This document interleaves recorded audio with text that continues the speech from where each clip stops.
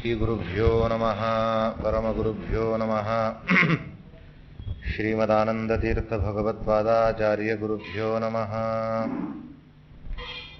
ಶ್ರೀಮದ್ವೆಂಕಟನಾಥಪಾದಜನಿತಾ ಗಂಗಾ ಜಗತ್ಪಾವನಿ ಯಸ್ಯಾಪಾಂಗನಿರೀಕ್ಷಣಂ ವಿಧಿ ಭವೇಂದ್ರಾರ್ಕಾದಿ ಸರ್ವೇಷ್ಟದಂ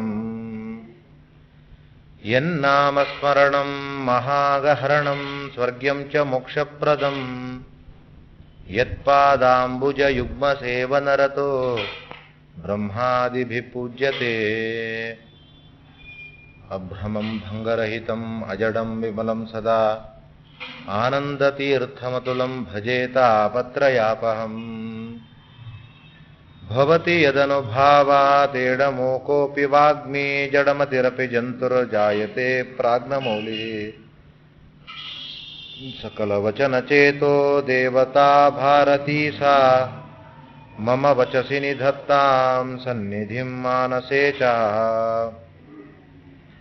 ತಪೋ ವಿದ್ಯಾ ವಿರಕ್ತ್ಯಾದಿ ಸದ್ಗುಣೋ ಘಾಕರಾನಹಂ ವಾದಿರಾಜಗುರುನ್ ವಂದೇ ಹಯಗ್ರೀವ ಪದಾಶ್ರಯಾನ್ ಪೂಜ್ಯಾಯ ರಾಘವೇಂದ್ರಾಯ ಸತ್ಯಧರ್ಮರತಾಯ ಚ ಭಜತಾಂ ಕಲ್ಪವೃಕ್ಷಾಯ ನಮತಾಂ ಕಾಮಧೇನವೇ ಆಪಾದಮೌಲಿಪರ್ಯಂತಂ ಗುರುಣಾಮಾಕೃತಿಂ ಸ್ಮರೇತ್ ತೇನ ವಿಘ್ನಾಃ ಪ್ರಣಶ್ಯಂತಿ ಸಿದ್ಧಂತಿ ಚ ಮನೋರಥಾಃ. ಶ್ರೀ ವಿಶ್ವೇಶತೀರ್ಥಗುರುಭ್ಯೋ ನಮಃ. ಹರಿ ಓಂ.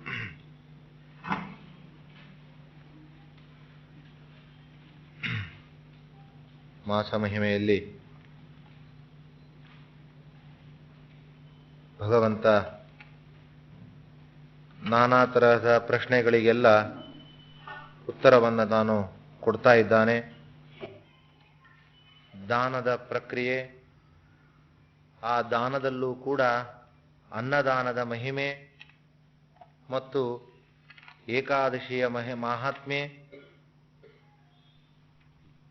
ಒಬ್ಬ ತನ್ನ ಮಗಳು ಅಪ್ಪನ ಉದ್ದೇಶವಾಗಿ ಏಕಾದಶಿಯನ್ನ ಮಾಡಿ ಅದರ ಒಂದು ಫಲವನ್ನ ಅವನಿಗೆ ಕೊಟ್ಟದ್ದರಿಂದ ಅವನೇ ಒಳ್ಳೆಯ ಗತಿಯನ್ನು ಹೊಂದಿದ ಅಂದ ಮೇಲೆ ನಾವು ದಶಮಿ ವಿದ್ಧವಾಗದ ಏಕಾದಶಿಯಲ್ಲಿ ಉಪವಾಸ, ದಶಮಿಯಲ್ಲಿ ಏಕಭುಕ್ತ, ದ್ವಾದಶಿಯಲ್ಲಿ ಏಕಭುಕ್ತವನ್ನ ಮಾಡಿದರೆ ಅದರ ಫಲ ಎಂಥದ್ದು, ಅದನ್ನು ಏನಂದ ವರ್ಣಿಸೋಣ ಎಂಬುದಾಗಿ ನಿರೂಪಿಸಿದ್ದಾರೆ.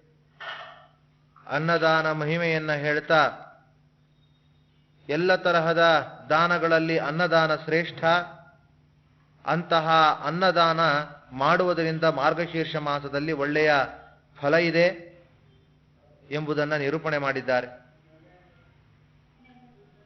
ಅನ್ನ ಭಗವಂತನಿಗೆ ನಿವೇದಿತವಾಗಿರುವಂತಹ ಅನ್ನವನ್ನ ಊಟ ಮಾಡಬೇಕು. ಇಲ್ಲದೇ ಇದ್ದರೆ ಆ ಅನ್ನ ನಮ್ಮ ದೇಹದಲ್ಲಿ ಒಂದು ಭಾಗ ಅದೇ ಅನ್ನವೇ ಮನಸ್ಸಾಗ್ತದೆ, ಮನಸ್ಸಿನ ವಿಕಾರ ಆಗ್ತದೆ. ಹಾಗಾಗಿ ಅನ್ನ ತನ್ನ ಒಂದು ಅಂಶ ಮನಸ್ಸಾಗ್ತದೆ. ಆದ್ದರಿಂದ ಯಾವ ಥರದ ಅನ್ನವೋ ಆ ರೀತಿ ನಮಗೆ ಮನಸ್ಸನ್ನು ಪರಿಣಾಮ ಆಗ್ಲಿಕ್ಕೆ ಹೋಗ್ತದೆ. ಅಶ್ವತ್ಥಾಮಾಚಾರ್ಯರು ರುದ್ರಾವತಾರಿಗಳೇ, ಶುಕಮುನಿಗಳು ಕೂಡ ರುದ್ರಾವತಾರಿಗಳೇ. ಆದರೆ ಅವತಾರ ಒಂದೇ ಆದರೂ ಅಶ್ವತ್ಥಾಮಾಚಾರ್ಯರು ಪಾಂಡವರ ಸಂತಾನವೇ ಇರಬಾರದು ಎಂಬುದಾಗಿ ಬ್ರಹ್ಮಾಸ್ತ್ರವನ್ನು ಪ್ರಯೋಗ ಮಾಡಿದರು.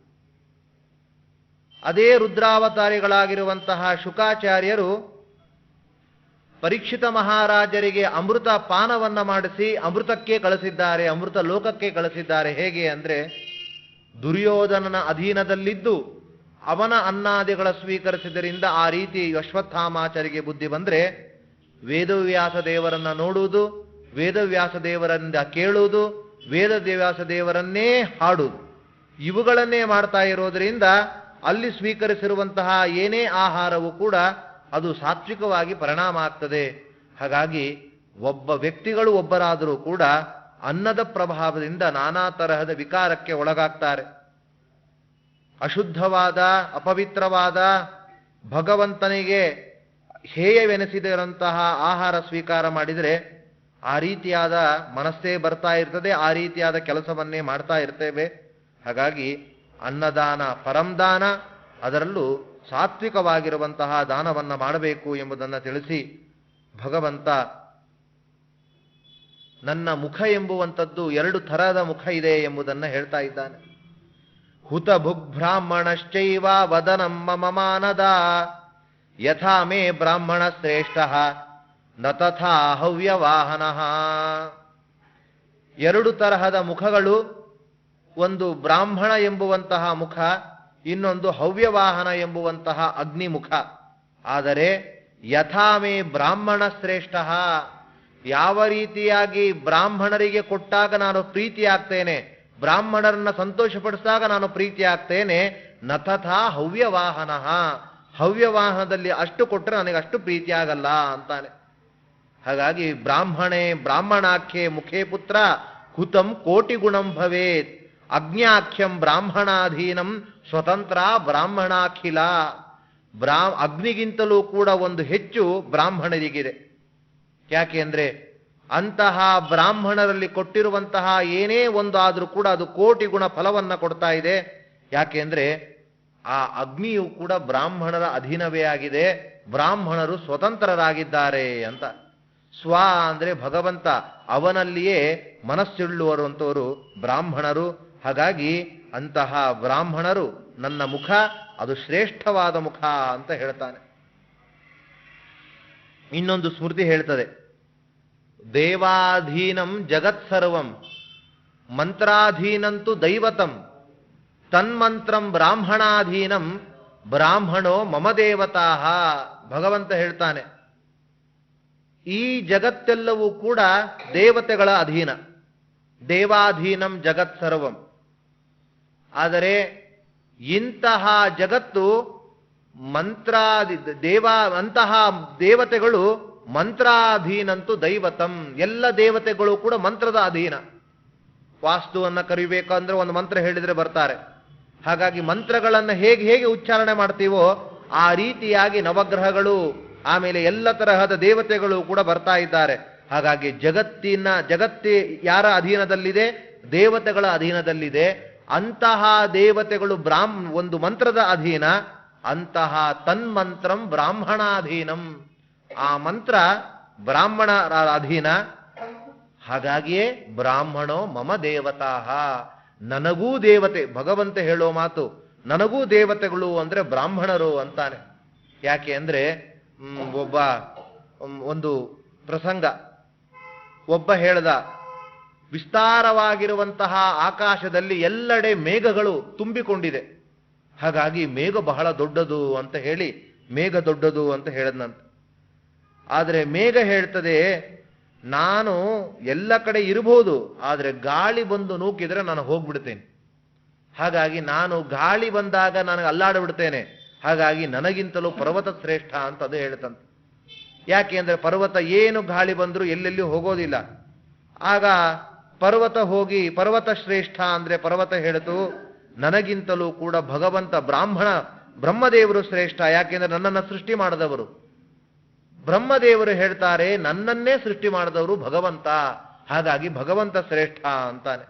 ಹಾಗಾಗಿ ಭಗವಂತನಲ್ಲಿ ಸ್ತೋತ್ರ ಮಾಡಿದರೆ ಭಗವಂತ ಹೇಳ್ತಾನೆ, ನಾನು ಎಲ್ಲರನ್ನೂ ಸೃಷ್ಟಿ ಮಾಡಿರಬಹುದು, ಎಲ್ಲವನ್ನೂ ಹೊತ್ತಿರಬಹುದು, ಆದರೆ ನನ್ನನ್ನೇ ಹೊತ್ತವರು ನನ್ನ ಭಕ್ತರಿದ್ದಾರೆ, ಅವರು ನನಗಿಂತಲೂ ಶ್ರೇಷ್ಠ ಅಂತಾನೆ.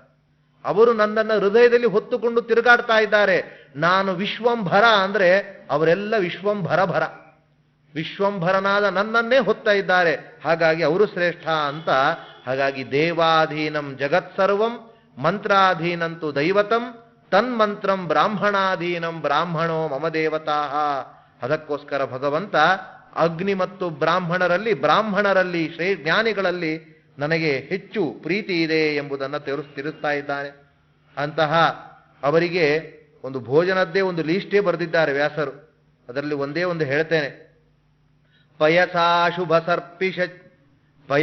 ಶುಭ ಸರ್ಪಿಷ ಚಕ್ವತಿತಂ ಬಹುಕಾರಿ ಕಚಾರು ಫಲೈಸಿತಯ ಸಹ ಕರ್ಪುರ ನಾರಿ ಫಲೇನ ಸಮಂ ಕುರುಷೀ ಕರಕಂ ಸುತ ಶುಭ್ರಕರಂ ವ್ಯಂಜನಾನಿ ಚ ಶುಭ್ರಾಣಿ ಮನೋಜ್ಞಾನಿ ಪ್ರಿಯಾಣಿ ಚ ಕರ್ತವ್ಯಾನಿ ಸಹೋ ಮಾಸೆ ಬ್ರಾಹ್ಮಣಾರ್ಥೇ ಚತುರ್ಮುಖ.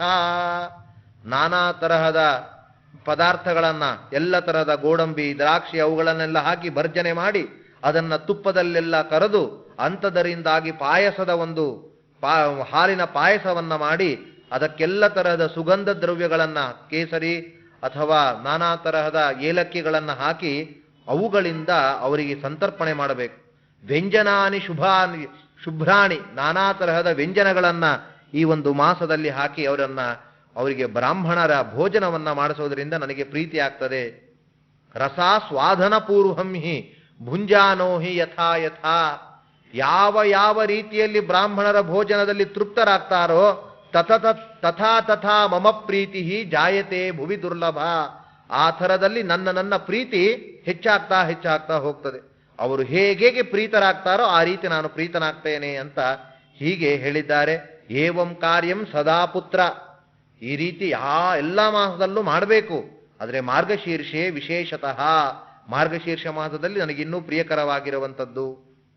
ಆದರೆ ಅನರ್ಪಯಿತ್ವ ಯೋ ಭುಂಕ್ತೆ ಅನ್ನ ಪಾನಾದಿಕಂ ಚ ಯತ್ ಶ್ವಾನ ವಿಷ್ಟಾಸಮಂ ಚಾನ್ನಂ ಪಾನಂ ಚ ಮದಿರಾಸಮಂ, ಇಂತಹ ಭೋಜನವನ್ನ ನನಗೆ ಅರ್ಪಣೆ ಮಾಡಿಸಿದಾಗ ಬ್ರಾಹ್ಮಣರಿಗೆ ಅದು ಒಂದೊಂದು ತುತ್ತಿಗೂ ನಾನು ಪ್ರೀತನಾಗ್ತಾ ಹೋಗ್ತೇನೆ. ಆದರೆ ನನಗೆ ಅರ್ಪಣೆ ಮಾಡದೆ ಕೇವಲ ಉದರಂಭರಣೆಗೋಸ್ಕರನೇ ತಿಂತಾ ಇದ್ದಾರೆ ಅದನ್ನ ಅಂತ ಆದ್ರೆ ಅದು ಶ್ವಾನ ವಿಷ್ಟ ಸಮಂ ಚಾನ್ನಂ, ಶ್ವಾನವಿಷ್ಟ ಸಮವಾಗಿರುವಂಥದ್ದು. ಕುಡಿಯುವಂತಹ ಪಾನೀಯ ಮದಿರಾಸಮಂ, ಮದಿರಕ್ಕೆ ಸಮವಾಗಿರುವಂಥದ್ದು.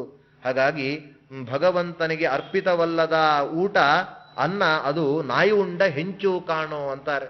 ಅದು ಅತ್ಯಂತ ಹೀನವಾಗಿರುವಂಥದ್ದು. ಹಾಗಾಗಿ ಭಗವಂತನಿಗೆ ಸಮರ್ಪಣೆ ಮಾಡಬೇಕು ಎಂಬುದನ್ನು ತಿಳಿಸ್ತಾ ಇದ್ದಾನೆ. ಇನ್ನು ನಾಮಸ್ಮರಣೆಯ ಮಹಿಮೆಯನ್ನು ನಿನಗೆ ಹೇಳ್ತೇನೆ ಅಂತ ಹೇಳ್ತಾನೆ. ಮಮ ನಾಮ ಪ್ರವಕ್ತವ್ಯಂ ಸಹೇಚೈವ ವಿಶೇಷತಃ ಕೃಷ್ಣ ಕೃಷ್ಣೇತಿ ವಕ್ತವ್ಯಂ ಮಮ ಪ್ರೀತಿಕರಂ ಪರಂ. ಮಾರ್ಗಶೀರ್ಷ ಮಾಸದಲ್ಲಿ ಕೃಷ್ಣ ಕೃಷ್ಣ ಎಂಬುದಾಗಿ ಸ್ಮರಣೆ ಮಾಡಿದಾಗ ಅದರ ಫಲವೇ ಅನಂತ. ಅದನ್ನ ಮಾಡ್ತಾ ಇರುವಾಗ ನನಗೆ ಅತ್ಯಂತ ಪ್ರೀತಿ ಆಗ್ತದೆ. ಪ್ರತಿಜ್ಞೈಷಾಚ ಮೇ ಪುತ್ರ ನ ಜಾನಂತಿ ಸುರಾಸುರಾಹ ಮನಸಾ ಕರ್ಮಣಾ ವಾಚ ಯೋ ಮೇ ಶರಣಮಾಗತಃ. ಕಾಯ ವಾಚ ಮನಸ, ಯಾರು ಶರಣು ಹೊಂದಿ ಭಗವಂತನನ್ನ ಈ ನಾಮಸ್ಮರಣೆಗಳನ್ನ ಮಾಡ್ತಾರೋ ಅವರಿಗೆ ನಾನು ಪ್ರಸನ್ನನಾಗಿ ಅನುಗ್ರಹ ಮಾಡ್ತೇನೆ. ವಿನೋದೇನಾಪಿ ದಂಭೇನ ಗರ್ವ ಲೋಭ ಚಲಾದಪಿ, ವಿನೋದದಿಂದ ಕೃಷ್ಣ ನಾರಾಯಣ ಗೋವಿಂದ ಅಂತ ವಿನೋದವಾಗಿ ಮಾಡಿ ಅಥವಾ ದಂಭದಿಂದ ಮಾಡಿ ಲೋಭದಿಂದ ಏನು ಮಾಡ್ತೇರೋ ಆ ರೀತಿಯಾದ ಒಂದು ನಾಮಕ್ಕೆ ನಾನಂತರೂ ಅವರಿಗೆ ಅನುಗ್ರಹ ಮಾಡ್ತೇನೆ ಅಂತ ಹೇಳ್ತಾ ಇದ್ದಾರೆ. ಯಾಕೆ ಅಂದ್ರೆ ಅದರ ಅರ್ಥಗಳನ್ನ ತಿಳಿದುಕೊಂಡು ಹೇಳಿದಾಗ ಇನ್ನೂ ಹೆಚ್ಚು ಫಲ. ಕೃಷ್ಣ ಅಂದ್ರೆ ಕರ್ಷಯತಿ ಸರ್ವಾನ್, ಎಲ್ಲರನ್ನೂ ಆಕರ್ಷಣೆ ಮಾಡ್ತಾನೆ, ಆದ್ದರಿಂದ ಕೃಷ್ಣ. ಇನ್ನು ವಾದಿರಾಜರು ತಿಳಿಸುವಂತೆ ಕೃಷ್ಣ ಪಕ್ಷದಲ್ಲಿ ಹೇಗೆ ಚಂದ್ರ ತಾನು ದಿನದಿನಕ್ಕೆ ತಾನು ಕ್ಷೀಣಿಸ್ತಾ ಹೋಗ್ತಾನೋ ಆ ರೀತಿ ಎಲ್ಲ ದುಷ್ಟರ ಹೆಂಡತಿಯರ ಮುಖಕಾಂತಿಯನ್ನು ಕ್ಷೀಣಿಸ್ತಾ ಬರ್ತಾನಂತೆ ಕೃಷ್ಣ. ಹಾಗಾಗಿ ಅವನು ಕೃಷ್ಣ ಅಂದ್ರೆ ಕೃಷ ವಿಲೇಖನೆ, ಭೂಮಿಗೆ ಆನಂದವನ್ನು ಕೊಡುವಂಥವನು ಭಗವಂತ. ಆ ಗೋವಿನ ಮೂಲಕ ಭೂಮಿಯಲ್ಲಿರೋರಿಗೆಲ್ಲ ಆನಂದ ಕೊಡುವಂಥವನು ಭಗವಂತ. ಹಾಗಾಗಿ ಕೃಷ್ಣ. ಹೀಗೆ ಭಗವಂತನ ನಾಮಸ್ಮರಣೆಗಳನ್ನ ತಿಳಿದು ಮಾಡಿದರೆ ವಿಶೇಷ. ಆದರೂ ಸುಮ್ಮನೆ ಅದನ್ನ ಹೇಳ್ತಾ ಇದ್ದೇವೆ, ನಾಮ ಅಂತ ಗೊತ್ತಿದೆ ಹೇಳ್ತೇವೆ ಅಂದ್ರೂ ಕೂಡ ಪುಣ್ಯ ಉಂಟು ಅಂತ ಹೇಳ್ತಾರೆ. ಎಲ್ಲೋ ಮಾಡಿರ್ತಾರೆ ಔಷಧ, ಯಾವುದೋ ರೋಗ ಬಂದಾಗ ಔಷಧ ತಗೊಂಡಾಗ ಆ ಒಳ್ಳೆ ಮಾತ್ರೆ ಕೊಟ್ಟರು ಡಾಕ್ಟ್ರು, ಹೋಮಿಯೋಪತಿ ಚೆನ್ನಾಗಿತ್ತು ಅಂತೇವೆ. ಗೊತ್ತಿದೆಯಾ ಯಾವ್ಯಾವ ಸಕ್ಕರೆ ಹಾಕಿದ್ರು, ಯಾವ್ಯಾವ ಧಾನ್ಯ ಹಾಕಿದ್ರು, ಯಾವ ವನಸ್ಪತಿ ವೃಕ್ಷದಿಂದ ತಯಾರು ಮಾಡಿದ್ರು ಔಷಧ ಅಂತ ಗೊತ್ತಾ? ಇಲ್ಲ. ಆದರೂ ಕೂಡ ಅವರು ಕೊಟ್ಟಿದ್ದಾರೆ, ಇದು ನಿವಾರಣೆ ಆಗುತ್ತೆ, ತಗೊಂಡ್ರೆ ಹೇಗದು ವಾಸಿ ಆಗುತ್ತೋ ಭಗವಂತನ ನಾಮ ಇದು ನಮ್ಮೆಲ್ಲರ ಪಾಪಗಳನ್ನ ಕಳೆಯುವಂಥದ್ದು ಎಂಬುವ ಸಾಮಾನ್ಯ ಜ್ಞಾನದಿಂದ ಹೇಳಿದರೂ ಕೂಡ ಎಲ್ಲ ತರಹದ ಪಾಪ ಎಲ್ಲ ನಿವೃತ್ತಿ ಆಗ್ತಾ ಇದೆ. ವಿಶ್ವಾಸ ಫಲದಾಯಕ. ನಮ್ಮ ಗುರುಗಳು ಒಂದು ಮಾತು ಹೇಳ್ತಾರೆ ಈ ವಿಶ್ವಾಸದಲ್ಲಿ. ಒಬ್ಬರು ಒಂದು ಗ್ರಾಮದಲ್ಲಿ ಎಷ್ಟೋ ವರ್ಷಗಳ ಕಾಲ ಮಳೆ ಬಂದಿರಲಿಲ್ಲ ಅಂತ. ಆಗ ಎಲ್ಲರೂ ಸೇರಿ ಯೋಚನೆ ಮಾಡಿದ್ರು, ಮುಖಂಡರು ಎಲ್ಲ ಸೇರಿ, ಮಳೆ ಬಂದಿಲ್ಲ, ಹಾಗೋಸ್ಕರ ಮಳೆ ಬರಬೇಕು, ಎಲ್ಲರೂ ಕೂಡ ಒಂದು ಪರ್ಜನ್ಯ ಯಾಗ ಅಂತ ಮಾಡಿಸೋಣ ಅಂತ ಎಲ್ಲರೂ ಕೂಡ ಅಂದುಕೊಂಡ್ರು, ಊರವರಿಂದ ಧನ ಸಂಗ್ರಹ ಮಾಡಿದ್ರು, ಎಲ್ಲ ಮಾಡಿಕೊಂಡು ಒಂದು ದಿನ ನಿಗದಿಯೂ ಆಯಿತು, ಈ ದಿನ ಪರ್ಜನ್ಯ ಯಾಗ ಆಗ್ತದೆ, ಬರಬೇಕು ಅಂತ. ಆವಾಗ ಪರ್ಜನ್ಯ ಯಾಗ ಆಗ್ತಾ ಇದೆ. ಪೂರ್ಣಾಹುತಿಯಲ್ಲಿ ಕಾಲದಲ್ಲಿ ಪ್ರಸನ್ನನಾದ ಭಗವಂತ ಪೂರ್ಣಾಹುತಿ ಕೊಡುವಾಗ ಪ್ರಸನ್ನನೇ ಆಗಿ ಆವಿರ್ಭೂವ ಆಗ್ಬಿಟ್ನಂತೆ, ಪ್ರತ್ಯಕ್ಷನೇ ಆದ. ಆಗ ಭಗವಂತ ಪ್ರತ್ಯಕ್ಷನಾಗಿ ಕೇಳ್ತಾ ಇದ್ದಾನೆ, ನೀವೆಲ್ಲ ಪರ್ಜನ್ಯ ಯಾಗವನ್ನ ಮಾಡಿಸ್ತಾ ಇದ್ದೀರಿ, ಪರ್ಜನ್ಯ ಯಾಗ ಮಾಡಿಸಿದ್ರೆ ಮಳೆ ಬರಬಹುದಂತ ವಿಶ್ವಾಸ ಇದೆನಾ ಅಂತ ಕೇಳಿದ್ನಂತೆ. ಹೌದೌದು, ವಿಶ್ವಾಸ ಇದ್ದಿದ್ದರಿಂದಲೇ ಮಾಡ್ತೀವಿ ಸ್ವಾಮಿ ಅಂದ್ರೆ ಎಲ್ಲರೂ. ವಿಶ್ವಾಸ ಇದೆ, ಹಾಗಾಗಿಯೇ ಮಾಡಿಸಿದ್ದೇವೆ, ನಮಗೆಲ್ಲ ವಿಶ್ವಾಸ ಇದೆ ಅಂದ್ರು. ಆಗ ಭಗವಂತ ಅಂತಾನೆ, ಯಾರಿಗೂ ವಿಶ್ವಾಸ ಇಲ್ಲ, ನೀವು ಮಾಡಿಸುವಂತಹ ಯಾಗದಲ್ಲಿ ಯಾರಿಗೂ ವಿಶ್ವಾಸ ಇಲ್ಲ. ಯಾಕೆಂದ್ರೆ ಒಬ್ಬರಾದ್ರೂ ಮಳೆ ಬರ್ತದೆ ಅಂತ ಹೇಳಿದ್ರೆ ಛತ್ರಿ ತಂದಿದ್ದೀರಾ ನೋಡ್ರಿ ಅಂತ. ಒಬ್ಬರಾದ್ರೂ ವಿಶ್ವಾಸ ಇದೆ ಅಂತ ಆಗಿದ್ರೆ ಒಬ್ಬರಾದ್ರೂ ಛತ್ರಿ ತಂದಿದ್ದೀರಾ? ಯಾರ್ಯಾರು ತಂದಿಲ್ಲ. ಯಾಕೆಂದ್ರೆ ನಿಮಗೆ ಗ್ಯಾರಂಟಿ ಇದೆ, ಭಗವಂತ ಸುಮ್ಮನೆ ಮಾಡೋದಷ್ಟೇ, ಹೋಮ ಅಂತ ಮಾಡಿಸ್ತಾ ಇದ್ದೀರಿ, ಆದ್ರೆ ಯಾರಿಗೂ ಕೂಡ ಮಳೆ ಬರ್ತದೆ ಅಂತ ವಿಶ್ವಾಸ ಇಲ್ಲ ಅಂತ. ಆದ್ರೆ ಯಾರೋ ಒಬ್ಬ ದೂರಲ್ಲಿ ಒಬ್ಬ ಅಜ ಕೂತಿದ್ದಂತ, ನೋಡು ಅವನಿಗೊಂದು ವಿಶ್ವಾಸ ಇದೆ ಅಂತ ಅಂದ. ಆಗ ಅವನು ಹೇಳ್ತಾನೆ, ಇಲ್ಲ ಸ್ವಾಮಿ, ಬರ್ಬೇಕಾದ್ರೆ ಬಿಸಿಲು ಜಾಸ್ತಿ ತಿಳ್ಕೊಂಡ್ ಬಂದಿದ್ದೀನಿ, ನಾನು ಅದಕ್ಕೋಸ್ಕರ ತಂದಿಲ್ಲ ಅಂತಾನೆ. ಹೀಗೆ ಒಂದು ಕಥೆ.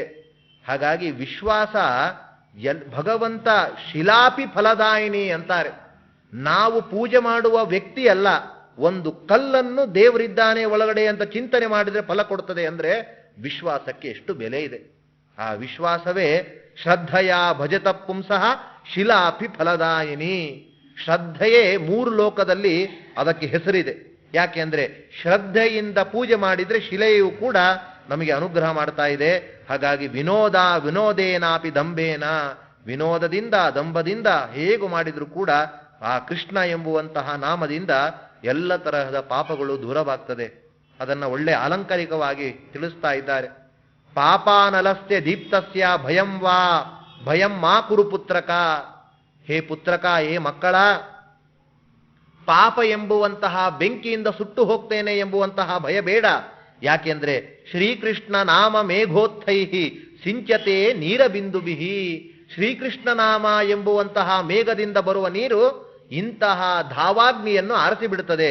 ಹಾಗಾಗಿ ಪಾಪ ಎಂಬುವಂತಹ ಧಾವಾಗ್ನಿಯನ್ನು ಆರಿಸುವಂಥದ್ದು ಕೃಷ್ಣ ಎಂಬುವಂತಹ ಮೇಘದಿಂದ ಬಂದ ನೀರು, ಅದು ಧಾವಾಗ್ನಿಯಿಂದ ಆರಿಸ್ತಾ ಇದೆ. ಹಾಗಾಗಿ ಭಯ ಬೇಡ.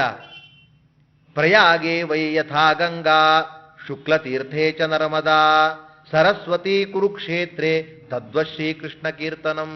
ಪ್ರಯಾಗದಲ್ಲಿ ಗಂಗೆ ಇದ್ದ ಹಾಗೆ, ಶುಕ್ಲ ತೀರ್ಥದಲ್ಲಿ ನರ್ಮದಾ ಇದ್ದ ಹಾಗೆ, ಸರಸ್ವತಿ ಎಂಬುವಂಥದ್ದು ಕುರುಕ್ಷೇತ್ರದಲ್ಲಿದ್ದ ಹಾಗೆ ಎಲ್ಲೆಡೆಯೂ ಕೂಡ ಶ್ರೀಕೃಷ್ಣ ನಾಮ ಸ್ಮರಣೆಯೇ ಅದು ಅಭಯವಾಗಿರುವಂಥದ್ದು.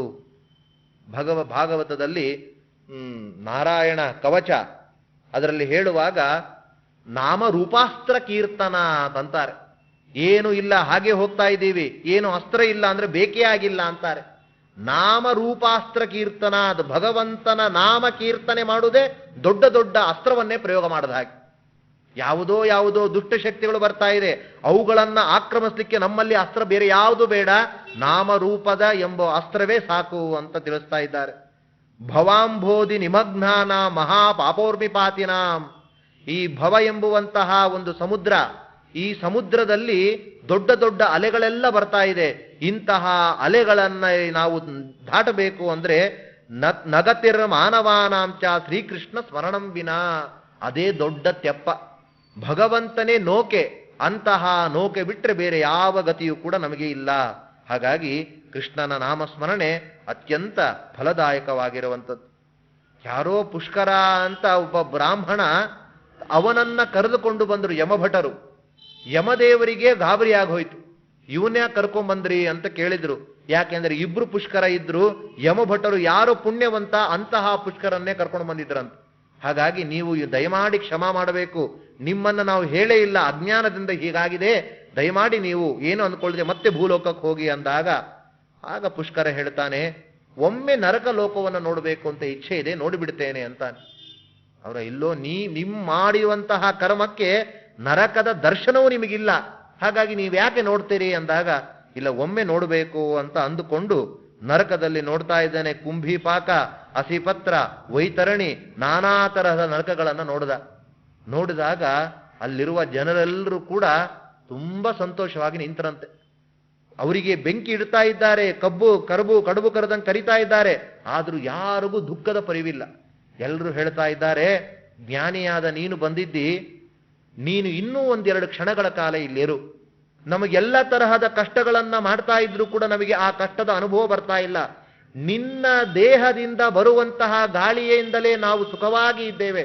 ಹಾಗಾಗಿ ಇನ್ನೂ ಸ್ವಲ್ಪ ಕ್ಷಣಗಳ ಕಾಲ ಇರು ಅಂತ ಹೇಳ್ತಾ ಇದ್ದಾನೆ. ಆಗ ಯಮದೇವರಂದ್ರು, ಕಷ್ಟವೇ ಆಗಲ್ಲ ಅಂದ್ರೆ ದಯಮಾಡಿ ಪುಷ್ಕರಾಚಾರ್ಯರೇ ಮುಂದೆ ಹೋಗ್ರಿ ಅಂತಿದ್ದಾರೆ. ನೀವು ಇರಬೇಡಿ ಇಲ್ಲಿ, ನೀವು ಮುಂದೆ ಹೋಗಿ ಅಂತಾರೆ.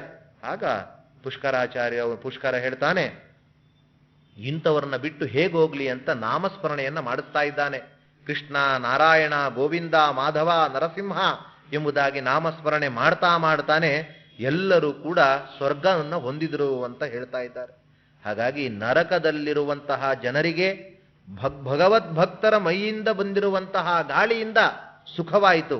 ಅಲ್ಲಿರುವಂತಹ ಜನರು ಭಗವಂತನ ಸ್ಮರಣೆ ಮಾಡಿದ್ದರಿಂದ ಶ್ರೇಷ್ಠ ಲೋಕ ಸಿಕ್ತು. ಅಂದ್ರೆ ಮಾನವ ಜನ್ಮದಲ್ಲಿ ಕೈಕಾಲುಗಳು ಗಟ್ಟಿ ಇದ್ದಾಗ, ಹೇಳಲಿಕ್ಕೆ ನಾಲಿಗೆ ಇದ್ದಾಗ ನಾವು ಹೇಳಿದರೆ ನಮಗೆ ಯಾವ ಪಾಪ ಭೀತಿಯೂ ಕೂಡ ಬರಲಾರದು. ಹಾಗಾಗಿ ಅಂತಹ ಕೃಷ್ಣ ಅದು ವಿಶೇಷವಾಗಿರುವಂತಹ ಸ್ಮರಣೆ. ನಾನು ಮೊದಲನೇ ದಿನ ಹೇಳಿದಂತೆ ಕಲವು ಸಂಕೀರ್ತ್ಯ ಕೇಶವಂ, ಕಲಿಯುಗದಲ್ಲಿ ಅತ್ಯಂತ ಹತ್ತಿರವಾದ ರೂಪ ಕಲಿಯುಗಕ್ಕೆ ಕೃಷ್ಣ ರೂಪ. ಹಾಗಾಗಿ ಕೃಷ್ಣ ಎಂಬುವಂತಹ ನಾಮಸ್ಮರಣೆ ಅತ್ಯಂತ ಪ್ರಿಯಕರವಾಗಿರುವಂಥದ್ದು. ಅದಕ್ಕೋಸ್ಕರನೇ ಯಾವ ತರಹದ ದಿನಗಳಲ್ಲೂ ನಾವು ಭಗವಂತನ ದಿನದಲ್ಲಿ ಉಪವಾಸ ಮಾಡದೇ ಇರುವವರು ಆ ಒಂದು ಕೃಷ್ಣಾಷ್ಟಮಿಯಲ್ಲಿ ಭಗವಂತನಿಗೆ ಅತ್ಯಂತ ಪ್ರಿಯವಾದ ಉಪವಾಸವನ್ನು ನಾವು ಮಾಡ್ತಾ ಇದ್ದೇವೆ. ಯಾಕೆ ಅಂದ್ರೆ ಕೃಷ್ಣ ಪರಮಾತ್ಮನಿಗೂ ಕಲಿಯುಗಕ್ಕೂ ಅತ್ಯಂತ ಸನಿಹ ಎಂಬ ದೃಷ್ಟಿಯಿಂದ. ತತ್ರ ಪುತ್ರ ಗಯಾ ಕಾಶಿ ಪುಷ್ಕರಂ ಕುರುಜಾಂಗಲಂ ಪ್ರತ್ಯಹಂ ಮಂದಿರೇ ಯಸ್ಯ ಕೃಷ್ಣ ಕೃಷ್ಣೇತಿ ಕೀರ್ತನಂ. ಎಲ್ಲಿ ನೀವಿದ್ದಲ್ಲೇ ಗಯಾ, ನೀವಿದ್ದಲ್ಲೇ ಕಾಶಿ, ನೀವಿದ್ದಲ್ಲೇ ಪ್ರಯಾಗ, ಎಲ್ಲಿ ಕೃಷ್ಣ, ನಾರಾಯಣ, ಗೋವಿಂದ ಎಂಬುವಂತಹ ಸ್ಮರಣೆಗಳು ನಡೀತಾ ಇರ್ತದೋ ಅಲ್ಲೆಲ್ಲ ಎಲ್ಲ ತರಹದ ರೀತಿಯ ಕ್ಷೇತ್ರಗಳು ಕೂಡ ಬಂದಿರ್ತದೆ. ಹಾಗಾಗಿ ನಾಮ್ನೋಸ್ಯ ಯಾವತೀ ಶಕ್ತಿ, ಕೊನೆಯದೊಂದು ಮಾತು ಹೇಳ್ತೇನೆ ಅಂತಾರೆ. ನಾಮ್ನೋಸ್ಯ ಯಾವತೀ ಶಕ್ತಿ ಪಾಪ ನಿರ್ದಹನೆ ಹರೇಹೇ ತಾವತ್ ಕರ್ತುಂ ನ ಶಕ್ನೋತಿ ಪಾತಕಂ ಪಾತಕೀ ಜನಃ. ಎಷ್ಟು ಶಕ್ತಿ ಆ ನಾಮಗಳಿಗೆ ಪಾಪ ಕಳೆಯುವ ಶಕ್ತಿ ಇದೆಯೋ ಅಷ್ಟು ಪಾಪವನ್ನು ಮಾಡಲಿಕ್ಕೆ ನಮಗೆ ಸಾಮರ್ಥ್ಯ ಇಲ್ಲ ಅಂತಾರೆ. ಅಷ್ಟು ಶಕ್ತಿ ಆ ಪಾಪಕ್ಕಿದೆ. ಹಾಗಾಗಿ ಮಾಡುವಂತಹ ಪಾಪ ಇಷ್ಟೇ ಇದ್ರೂ ಅದನ್ನ ಕಳೆಯುವಂತಹ ಶಕ್ತಿ ಆ ನಾಮಕ್ಕೆ ಇದೆ. ಒಂದು ವೃಕ್ಷದಲ್ಲಿ 100 ಪಕ್ಷಿಗಳು ಕೂತಾಗ ಆ 100 ಪಕ್ಷಿಗಳನ್ನು ಓಡಿಸ್ಲಿಕ್ಕೆ 100 ಕಲ್ಲುಗಳು ಬೇಕೇ ಆಗಿಲ್ಲ. ಒಂದೇ ಒಂದು ಕಲ್ಲೆಸೆದರೆ ಸಾಕು, ಎಲ್ಲ ಪಕ್ಷಿಗಳು ದೂರವಾಗ್ತದೆ. ಅದೇ ರೀತಿ ನಮ್ಮ ದೇಹ ಎಂಬುವಂತಹ ವೃಕ್ಷದಲ್ಲಿ ನಾನಾ ತರಹದ ಪಾಪ ಪಕ್ಷಿಗಳು ಆಶ್ರಿತವಾದಾಗ ಅವುಗಳನ್ನ ಓಡಿಸ್ಲಿಕ್ಕೆ ನಾನಾ ತರಹದ ನಾಮಗಳು ಬೇಡ. ಭಕ್ತಿಯಿಂದ ಕೃಷ್ಣ, ನಾರಾಯಣ, ಗೋವಿಂದ ಅಂತ ಸ್ಮರಣೆ ಮಾಡಿದ್ರು ಅಲ್ಲಿರುವ ಪಾಪ ಪಕ್ಷಿಗಳೆಲ್ಲ ಹೊರಟು ಹೋಗ್ತಾ ಇದೆ. ಅಂತಹ ಶಕ್ತಿ ಈ ನಾಮಕ್ಕಿದೆ. ಹಾಗಾಗಿ ಇಷ್ಟು ಸುಲಭವಾಗಿದೆ ಅಂತಾರೆ. ಧರ್ಮರಾಜರ ಒಂದು ಪ್ರಶ್ನೆ, ನಾರಾಯಣೇತಿ ಮಂತ್ರೋಸ್ತಿ ವಾಗಸ್ತಿ ವಶವರ್ತಿನಿ ತಥಾಪಿ ನರಕೆ ಘೋರೆ ಮಜ್ಜಯಂತೇತದದ್ಭುತಂ. ಯಮರಾಜ, ನನಗೆ ಲೋಕದಲ್ಲಿ ಅತ್ಯಂತ ಅದ್ಭುತವಾಗಿರುವಂತಹ ಒಂದು ವಿಷಯ ಅಂದ್ರೆ ಹೇಳಲಿಕ್ಕೆ ಕೃಷ್ಣ, ನಾರಾಯಣ ಅಂತ ನಾಮ ಇದೆ. ಆ ಹೇಳಲಿಕ್ಕೆ ನಮ್ಮ ಜಿಹ್ವೆ, ನಮ್ಮ ನಾಲಿಗೆಯು ಕೂಡ ನಮ್ಮ ವಶದಲ್ಲಿದೆ. ಆದರೂ ಕೂಡ ಜನರು ನರಕದಲ್ಲಿ ಬೀಳ್ತಾ ಇದ್ದಾರಲ್ಲ, ಇದೇ ನನಗೆ ಅದ್ಭುತವಾಗಿರುವಂಥದ್ದು. ಯಾಕೆಂದ್ರೆ ಎಲ್ಲ ಇದೆ, ಮನೆಯಲ್ಲಿ ಎಲ್ಲ ತರಹದ ಪದಾರ್ಥ ಇದೆ, ತಿನ್ಲಿಕ್ಕೆ ಬಾಯಿ ಇದೆ, ಹಸಿವೆ ಆಗಿದೆ, ಎಲ್ಲ ಇದೆ. ಆದರೂ ಕೂಡ ಹಸಿವು ಅಂತ ಬೀಳ್ತಾ ಇದ್ದಾರೆ ಅಂದ್ರೆ ಅದು ಮೂರ್ಖತನ. ಹಾಗಾಗಿ ಇಷ್ಟು ಇದ್ದಾಗಲೂ ಕೃಷ್ಣ ಅಂತ ನಾಮಸ್ಮರಣೆ ಮಾಡ್ತಾ ಇಲ್ಲ. ಪತತಾಂ ಶತಕಂಠಾತು ಸಾಜಿಹ್ವಾ ರೋಗರೂಪಿಣಿ ಶ್ರೀಕೃಷ್ಣ ಕೃಷ್ಣ ಕೃಷ್ಣೇತಿ ಶ್ರೀಕೃಷ್ಣೇತಿ ನಿಜಲ್ಪತಿ. ಪತತಾಂ ಶತಕಂಡಾಸ ಅಂತಾರೆ. ಅಂತಹ ಜಿಹ್ವೆ, ಯಾರ ನಾಲಿಗೆ ಕೃಷ್ಣ ಪರಮಾತ್ಮನ ಭಗವಂತನ ಸ್ಮರಣೆಯನ್ನ ಮಾಡೋಲ್ಲ, ಅದನ್ನ ಪತತಾಂ, ಅದು ಬಿದ್ದು ಹೋಗ್ಲಿ, ಅದು 100 ಛಿದ್ರ ಆಗಲಿ ಅಂತಾರೆ. ಅದು ಜಿಹ್ವೆ ಅಲ್ಲ, ರೋಗ ರೂಪದಲ್ಲಿರುವಂತಹ ಒಂದು ಚರ್ಮದ ಹೊದಿಕೆ ಮಾತ್ರ. ಅದು ಚರ್ಮ, ಮಾಂಸದ ಕಂಡ ಇದ್ದಾಗೆ ಇದೆ. ಹಾಗಾಗಿ ಶ್ರೀಕೃಷ್ಣ ನಾಮ ಮಾಹಾತ್ಮ್ಯಂ ಪ್ರಾತರುತ್ಥಾಯ ಯಪ್ಪಠೇತ್ ತಸ್ಯಾಹಂ ಶ್ರೇಯಸಾಂ ದಾತ ಭವಾಮ್ಯೇವ ನ ಸಂಶಯ. ಹಾಗಾಗಿ ಕೃಷ್ಣ ನಾಮಸ್ಮರಣೆಯನ್ನ ಯಾರು ಪ್ರತಿದಿನವೂ ಕೂಡ ಸ್ಮರಣೆ ಮಾಡ್ತಾರೋ ಅವರ ಎಲ್ಲ ತರಹದ ಭವಪಾಶವನ್ನ ನಾನು ದೂರ ಮಾಡ್ತಾ ಇದ್ದೀನಿ. ಅಂತ ಹೇಳಿ ಮತ್ತೆ ಅವರು ಗುರು ಅಂದ್ರೆ ಯಾರು ಎಂಬುದನ್ನ ಎರಡು ಮಾತುಗಳಿಂದ ತಿಳಿಸ್ತಾ ಇದ್ದಾನೆ. ಶಿಷ್ಯ ಅಂದ್ರೆ ಹೇಗಿರಬೇಕು, ಯಾರು ಶಿಷ್ಯ ಅಲ್ಲ ಅಂತ ತಿಳಿಸ್ತಾ ಇದ್ದಾನೆ. ಬಹ್ವಾಶಿನಂ ಕ್ರೂರಚೇಷ್ಟಂ ಅಗ್ರಗಣ್ಯಂ ದುರಾತ್ಮನಾಂ ಕೃಪಣಂ ಪಾಪಿನಂ ರೌದ್ರಂ ಆಶ್ರಿತಾನಾಂ ಭಯಂಕರಂ. ಬಹಳ ಊಟ ಮಾಡುವಂತವನು ಶಿಷ್ಯನಲ್ಲ ಅಂತ. ಬಹ್ವಾಶಿನಂ ಅಂದ್ರೆ ಏನರ್ಥ ಅಂದ್ರೆ ಊಟಕ್ಕೋಸ್ಕರನೇ ಬಂದವರು ಅಂತ. ಅಂದ್ರೆ ವಿದ್ಯೆಗೋಸ್ಕರ ಪ್ರಾಧಾನ್ಯ ಇಲ್ಲ, ಊಟ ಮಾಡಿಕೊಂಡು ಸುಖವಾಗಿದ್ದಾನೆ, ಆ ರೀತಿ ಅವರು ಶಿಷ್ಯರಾಗಿರಬಾರದು. ಕ್ರೂರಚೇಷ್ಟಂ ಕ್ರೂರವಾಗಿರುವಂತಹ ಚೇಷ್ಟೆ ಮಾಡುವಂತವರು ಶಿಷ್ಯರಲ್ಲ. ದುರಾತ್ಮನಾಂ ಅಗ್ರಗಣ್ಯಂ ದುಷ್ಟವಾದ ಕೆಲಸಗಳಲ್ಲಿ ಅಗ್ರಗಣ್ಯನಾದವನು. ಕೃಪಣಂ ಪಾಪಿನಂ ರೌದ್ರಂ ಪಾಪಿಯಾಗಿರುವಂತಹ ರುದ್ರನಾದ ಅಂದ್ರೆ ಭಯಂಕರನಾಗಿರುವಂತವನನ್ನ ಶಿಷ್ಯತ್ವೇನ ಸ್ವೀಕಾರ ಮಾಡಬಾರದು.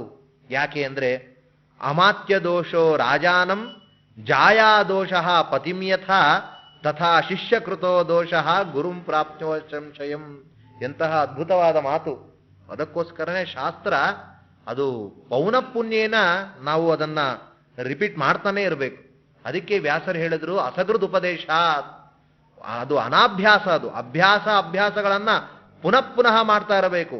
ಸಕೃತ್ ಅಂದ್ರೆ ಒಮ್ಮೆ, ಅಸಕೃತ್ ಉಪದೇಶ ಅಸಕೃತ್ತಾಗಿ ಪೌನಃಪುಣ್ಯೇನ ರಿವಿಷನ್ ಮಾಡ್ತಾ ಇದ್ರೆ ಮಾತ್ರ ಶಾಸ್ತ್ರ ನಮ್ಮ ತಲೆಯಲ್ಲಿರ್ತದೆ, ಅದನ್ನು ನಾವು ತಿಳ್ಕೊಳ್ಳಿಕ್ಕೆ ನಮ್ಮ ಒಂದು ಅನುಷ್ಠಾನದಲ್ಲಿ ತರಲಿಕ್ಕೆ ಯೋಗ್ಯ ಆಗ್ತದೆ. ಅನಭ್ಯಾಸೆ ವಿಷಂ ವಿದ್ಯಾ ಅಂತ ಸುಭಾಷಿತ. ಒಂದೊಂದಕ್ಕೆ ಒಂದೊಂದು ವಿಷ ಇದೆ. ಮರಕ್ಕೆ ಇಂಗು ವಿಷ, ನಮಗೆ ಈ ಸರ್ಪದ್ದು ಅವುಗಳೆಲ್ಲ ವಿಷ.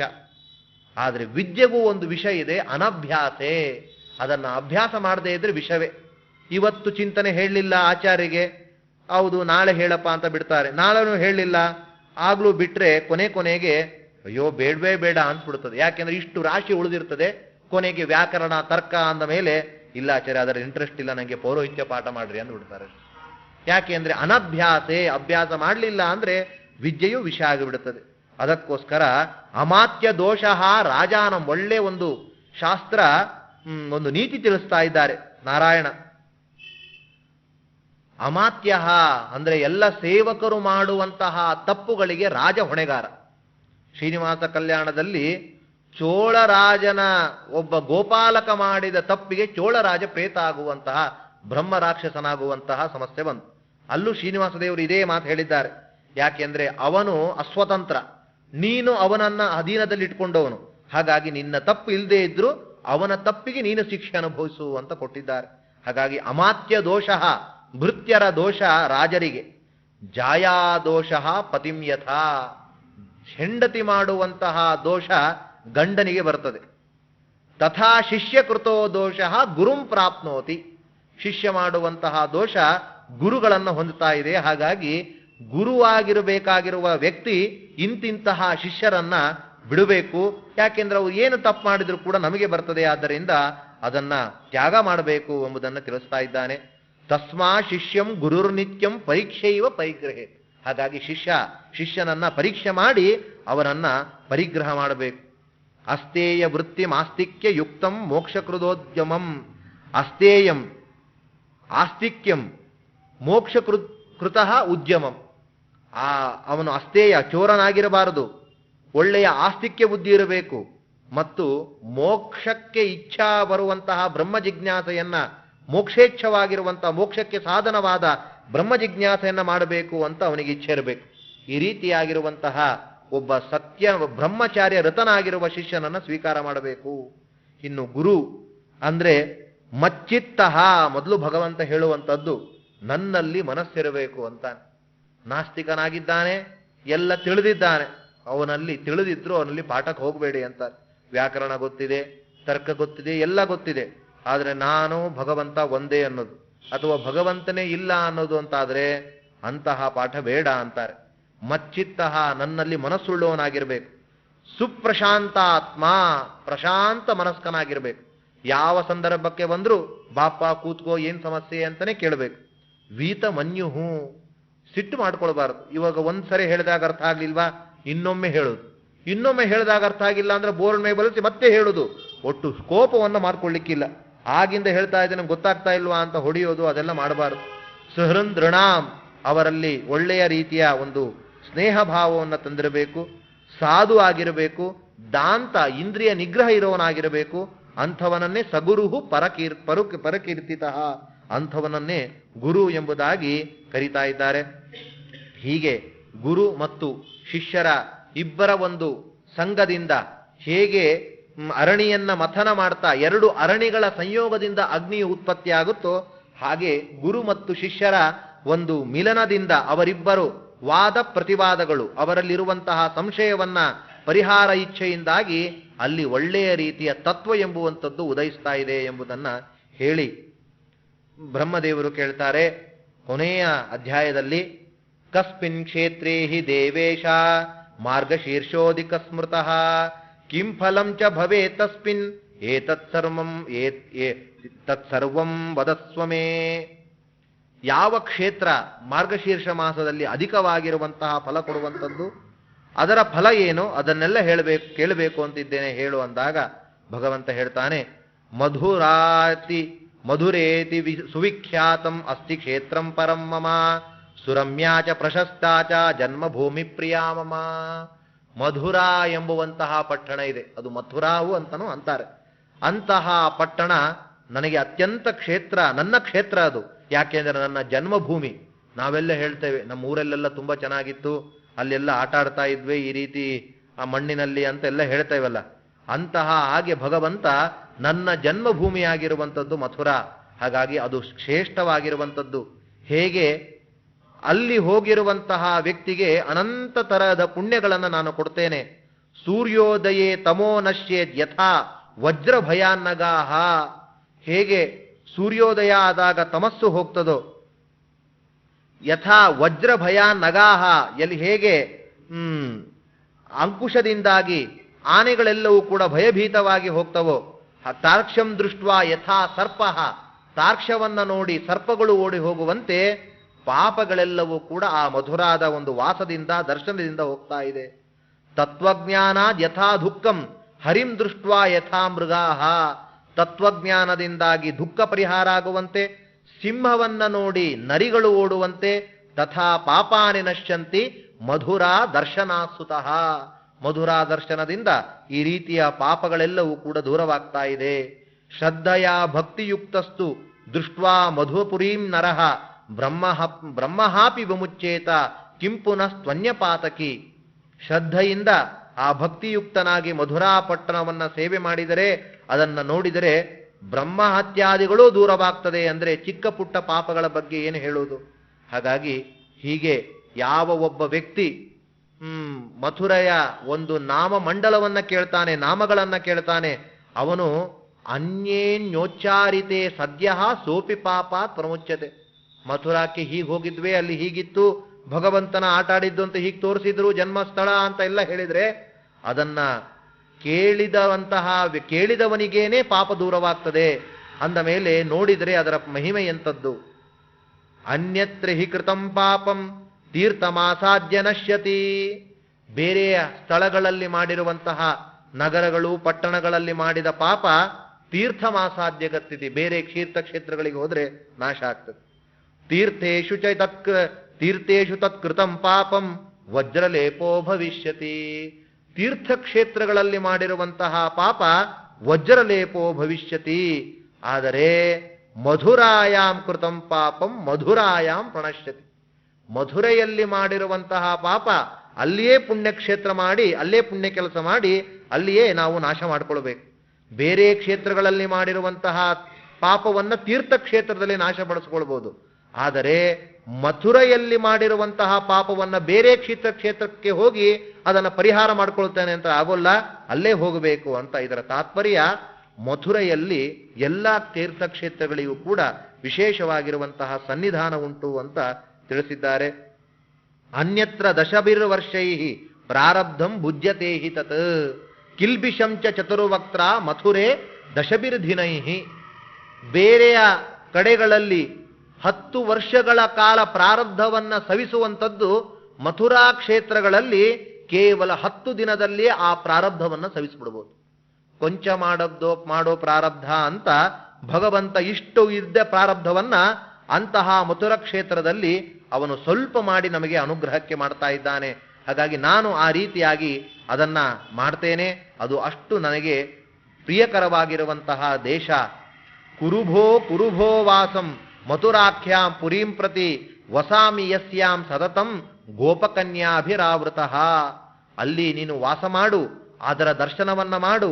ಯಾಕೆಂದ್ರೆ ನಾನು ಅಲ್ಲಿ ಗೋಪಕನ್ಯಗಳಿಂದ ಸಹಿತನಾಗಿ ಯಾವಾಗಲೂ ಕೂಡ ಅಲ್ಲಿ ನಾನು ಇದ್ದೇನೆ. ಕ್ಷೇಮೇ ಸಂಸಾರ ಮಗ್ನಾನಾಂ ಶಿಕ್ಷಾಮೇಕಾಂತು ಮೇ ಶೃಣು. ಸಂಸಾರದಲ್ಲಿ ಮಗ್ಧರಾಗಿರುವಂತವರಿಗೆ ಒಂದು ಉಪಾಯವನ್ನು ನಾನು ಹೇಳ್ತೇನೆ. ಏನು ಅಂದ್ರೆ, ಅದರಿಂದ ಮೇಲೆ ಬರಲಿಕ್ಕೆ ಇಚ್ಛೆ ಪಡುವಂತಹ ವ್ಯಕ್ತಿಗಳು ಯದಿಚ್ಛಸಿ ಸುಖಂ ಸಾಂದ್ರಂ ವಾಸಂ ಕುರುಚ ಮತ್ಪುರೀಂ. ಸಾಂದ್ರವಾದ ಸುಖ, ಸಾಂದ್ರ ಅಂದ್ರೆ ಗಟ್ಟಿ, ಗಂಧ ಅದು ಗಟ್ಟಿ ಮಾಡುತ್ತೇವೆ, ಆಮೇಲೆ ಅದಕ್ಕೆ ನೀರು ಹಾಕ್ತೇವೆ. ನೀರು ಹಾಕಿದಾಗ ಗಟ್ಟಿಯಷ್ಟು ಸಾಂದ್ರ, ಅದ್ರ ಪರಿಮಳ ಅವುಗಳೆಲ್ಲ ಬರಲ್ಲ. ಹಾಗೆ ಸಾಂದ್ರವಾದ ಸುಖ ಬೇಕು ಎಂಬುವಂತಹ ವ್ಯಕ್ತಿಗಳು ಮಥುರಾದಲ್ಲಿ ವಾಸ ಮಾಡಿ ಅದರ ಒಂದು ಅಲ್ಲಿ ದಿನಗಳ ಕಾಲ ಸೇವೆ ಮಾಡಿ ಅದರನ್ನು ನೋಡಿ ಪುಣ್ಯವನ್ನ ಪಡೆಯಿರಿ ಎಂಬುದಾಗಿ ಮಥುರಾದ ಒಂದು ಮಹಿಮೆಯನ್ನ ಹೇಳಿದ್ದಾರೆ. ಕಾಶ್ಯಾದಿ ಪುರಿಯೋ ಯದಿ ಸಂತಿ ಲೋಕೆ ತಾಸಾಂ ತು ಮಧ್ಯೆ ಮಥುರೈವ ಧನ್ಯ ಯಾ ಜನ್ಮ ಮೋಂಜಿ ವ್ರತ ಮುಕ್ತಿ ದಾನೈ ದೃಢಾಂ ಚತುರ್ಧಾ ವಿದಧಾತಿ ಮುಕ್ತಿಂ.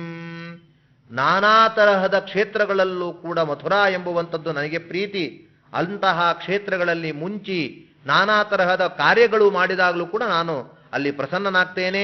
ಮಾಡುವಂತಹ ದಾನಾದಿಗಳಿಂದಲೂ ಕೂಡ ನಾನು ಅಲ್ಲಿ ವಿಶೇಷವಾದ ಅನುಗ್ರಹವನ್ನು ಮಾಡ್ತೇನೆ ಅಂತ ಭಗವಂತ ಮಥುರಾದಿಗಳ ವರ್ಣನೆಯನ್ನ ತಾನು ಮಾಡಿದ್ದಾನೆ. ಭಗವಂತ ಮಥುರೆಯಲ್ಲಿ ತಾನು ಅವತಾರ ಮಾಡಿದ. ವಸುದೇವ ದೇವಕಿಯರ ಮಧ್ಯದಲ್ಲಿ ಅವನು ಅವತರಿಸಿ ತಾನು ದೊಡ್ಡವನಾಗಿ ಎಲ್ಲ ತರಹದ ಕಲಿಕಲ್ಮಷಘ್ನಂ, ಕಲಿಕಲ್ಮಷವನ್ನ ದೂರ ಮಾಡ್ತಾ ಇದ್ದಾನೆ ಅಂತ ನಾವೆಲ್ಲ ಭಾಗವತದಲ್ಲಿ ಕೇಳ್ತೇವೆ. ಭಗವಂತ ಹೇಗೆ ಅವತಾರ ಮಾಡಿದ?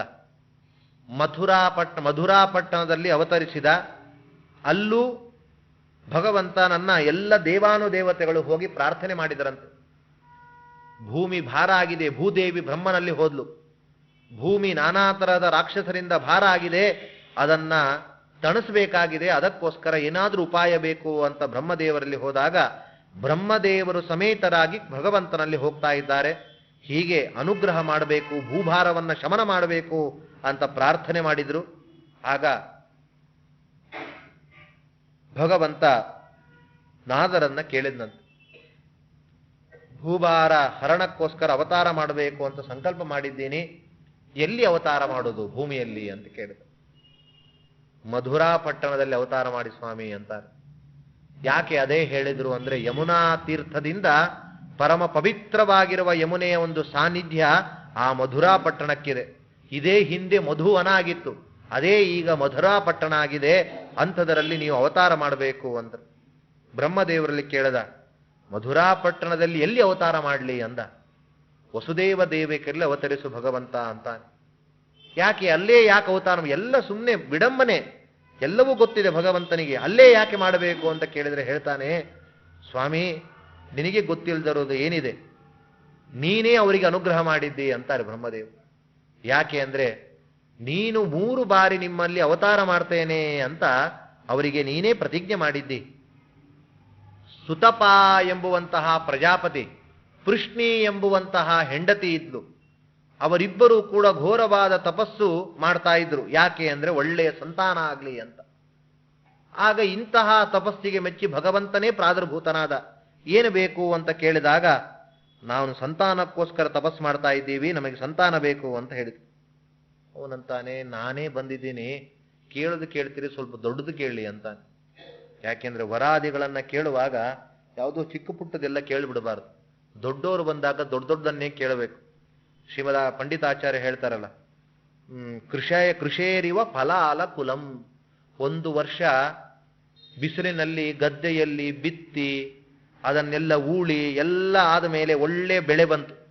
ಆ ಬೆಳೆ ಬಂದಾಗ ಇಷ್ಟೆಲ್ಲ ಕಷ್ಟಪಟ್ಟಿದ್ದೀನಿ, ನನಗೆ ಇದರಿಂದ ಯಾವ ತರದ ಧಾನ್ಯಗಳು ಬೇಡ, ಹೊಟ್ಟು ಬೇಕು ಅಂತ ಕೇಳಿದ್ರೆ ಹೇಗಿರುತ್ತೆ ಹಾಗೆ ದೊಡ್ಡ ದೊಡ್ಡ ಕಾರ್ಯಗಳನ್ನ ಮಾಡಿದಾಗ ಚಿಕ್ಕ ಪುಟ್ಟದ್ದನ್ನ ಕೇಳಿದ್ರೆ ಭಗವಂತ ನಗ್ತಾನಂತ. 100 ರೂಪಾಯಿ ಕೊಟ್ರೆ 100 ರೂಪಾಯಿದ್ದೇ ಐಟಮ್ ತಗೊಳ್ಳಿ, ಯಾರೋ 5 ಪೈಸದ್ದು 10 ಪೈಸದ್ದು ಪೇಪರ್ಮೆಂಟ್ ತಗೊಂಡ್ರೆ ಎಲ್ಲಿಗೆ ಬರ್ತದೆ? ಹಾಗೆ ಭಗವಂತ ಅಂತ ನಾನೇ ಸಾಕ್ಷಾತ್ ಅವತಾರ ಮಾಡಿದ್ದೀನಿ, ಕಾಮ್ಯವಾದ ಸಂತಾನಗಿಂತಾನ ಬಿಟ್ಟು ಬೇರೆ ಏನಾದರೂ ಕೇಳಿ ಅಂದ್ರು. ಅವ್ರು ಅಂದ್ಕೊಂಡ್ರು, ಸ್ವಾಮಿ ನಾವು ಈಗಂತೂ ಸಂಕಲ್ಪ ಮಾಡಿದ್ದು ಸಂತಾನಕ್ಕೋಸ್ಕರನೇ, ಹಾಗಾಗಿ ಕೊಡುವುದಾದರೆ ಅದನ್ನು ದಯಪಾಲಿಸ್ತೀನಿ, ಅದೇ ನಮ್ಮ ಪ್ರಾರ್ಥನೆ ಅಂದ್ರು. ಇಂತಹ ಘೋರವಾದ ತಪಸ್ಸು ಮಾಡಿ ನನ್ನನ್ನು ಒಲಿಸ್ಕೊಂಡಿದ್ದೀರಿ, ನಾನೇ ನಿಮಗೆ 3 ಜನ್ಮದಲ್ಲೂ ಮಗನಾಗಿ ಹುಡ್ತೇನೆ ಅಂತ ಭಗವಂತ ಅನುಗ್ರಹ ಮಾಡಿದ್ದಾನೆ. ಹಾಗಾಗಿ ಪೃಷ್ಣಿಗರ್ಭ ಅಂತಾನೆ ಒಂದು ರೂಪ. ಆ ಪೃಷ್ಣಿಗರ್ಭದಲ್ಲಿ ಆವಾಗ ಒಂದು ರೂಪದಿಂದ ಭಗವಂತ ಅನುಗ್ರಹಿಸಿದ ಸುತಪ ಪೃಷ್ಣಿರೆಯಲ್ಲಿ. 2ನೇ ಬಾರಿ ಕಶ್ಯಪ ಅದಿತಿಯರಲ್ಲಿ ವಾಮನನಾಗಿ ಉಪೇಂದ್ರ ನಾಮಕನಾಗಿ ಭಗವಂತ ಅಲ್ಲಿ ಅವತಾರ ಮಾಡಿದ. ಹಾಗಾಗಿ ಭಗವಂತ 2 ಅವತಾರಗಳು ಮುಗಿದಿದೆ. ಇನ್ನು ಇನ್ನೇ ಒಂದೇ ಒಂದು ಬಾಕಿ ಇರುವಂತಹದ್ದು, ಅದೇ ಆ ಆ ಕಶ್ಯಪ ಅದಿತಿಯರೇ ಈಗ ವಸುದೇವ ದೇವಕರಿಯಾಗಿ ಅವತಾರ ಮಾಡಿದ್ದಾರೆ. ಅವರಲ್ಲಿ ಇನ್ನೊಮ್ಮೆ ಅವತಾರ ಮಾಡಿದರೆ ನಿನ್ನ ಸಂಕಲ್ಪ ಪೂರ್ಣವಾಗ್ತದೆ, ಹಾಗಾಗಿ ಅಲ್ಲಿ ಅವತಾರ ಮಾಡುವಂತ ಬ್ರಹ್ಮದೇವರು ಪ್ರಾರ್ಥನೆ ಮಾಡಿದರು. ಆಯಿತು ಅಂತ ಅಲ್ಲಿ ಅವತಾರ ಮಾಡಲಿಕ್ಕೆ ಭಗವಂತ ಇಚ್ಛೆಪಟ್ಟು ಅವತಾರ ಮಾಡ್ತಾ ಇದ್ದಾನೆ. ಅವತಾರ ಹೇಗ್ ಮಾಡದ?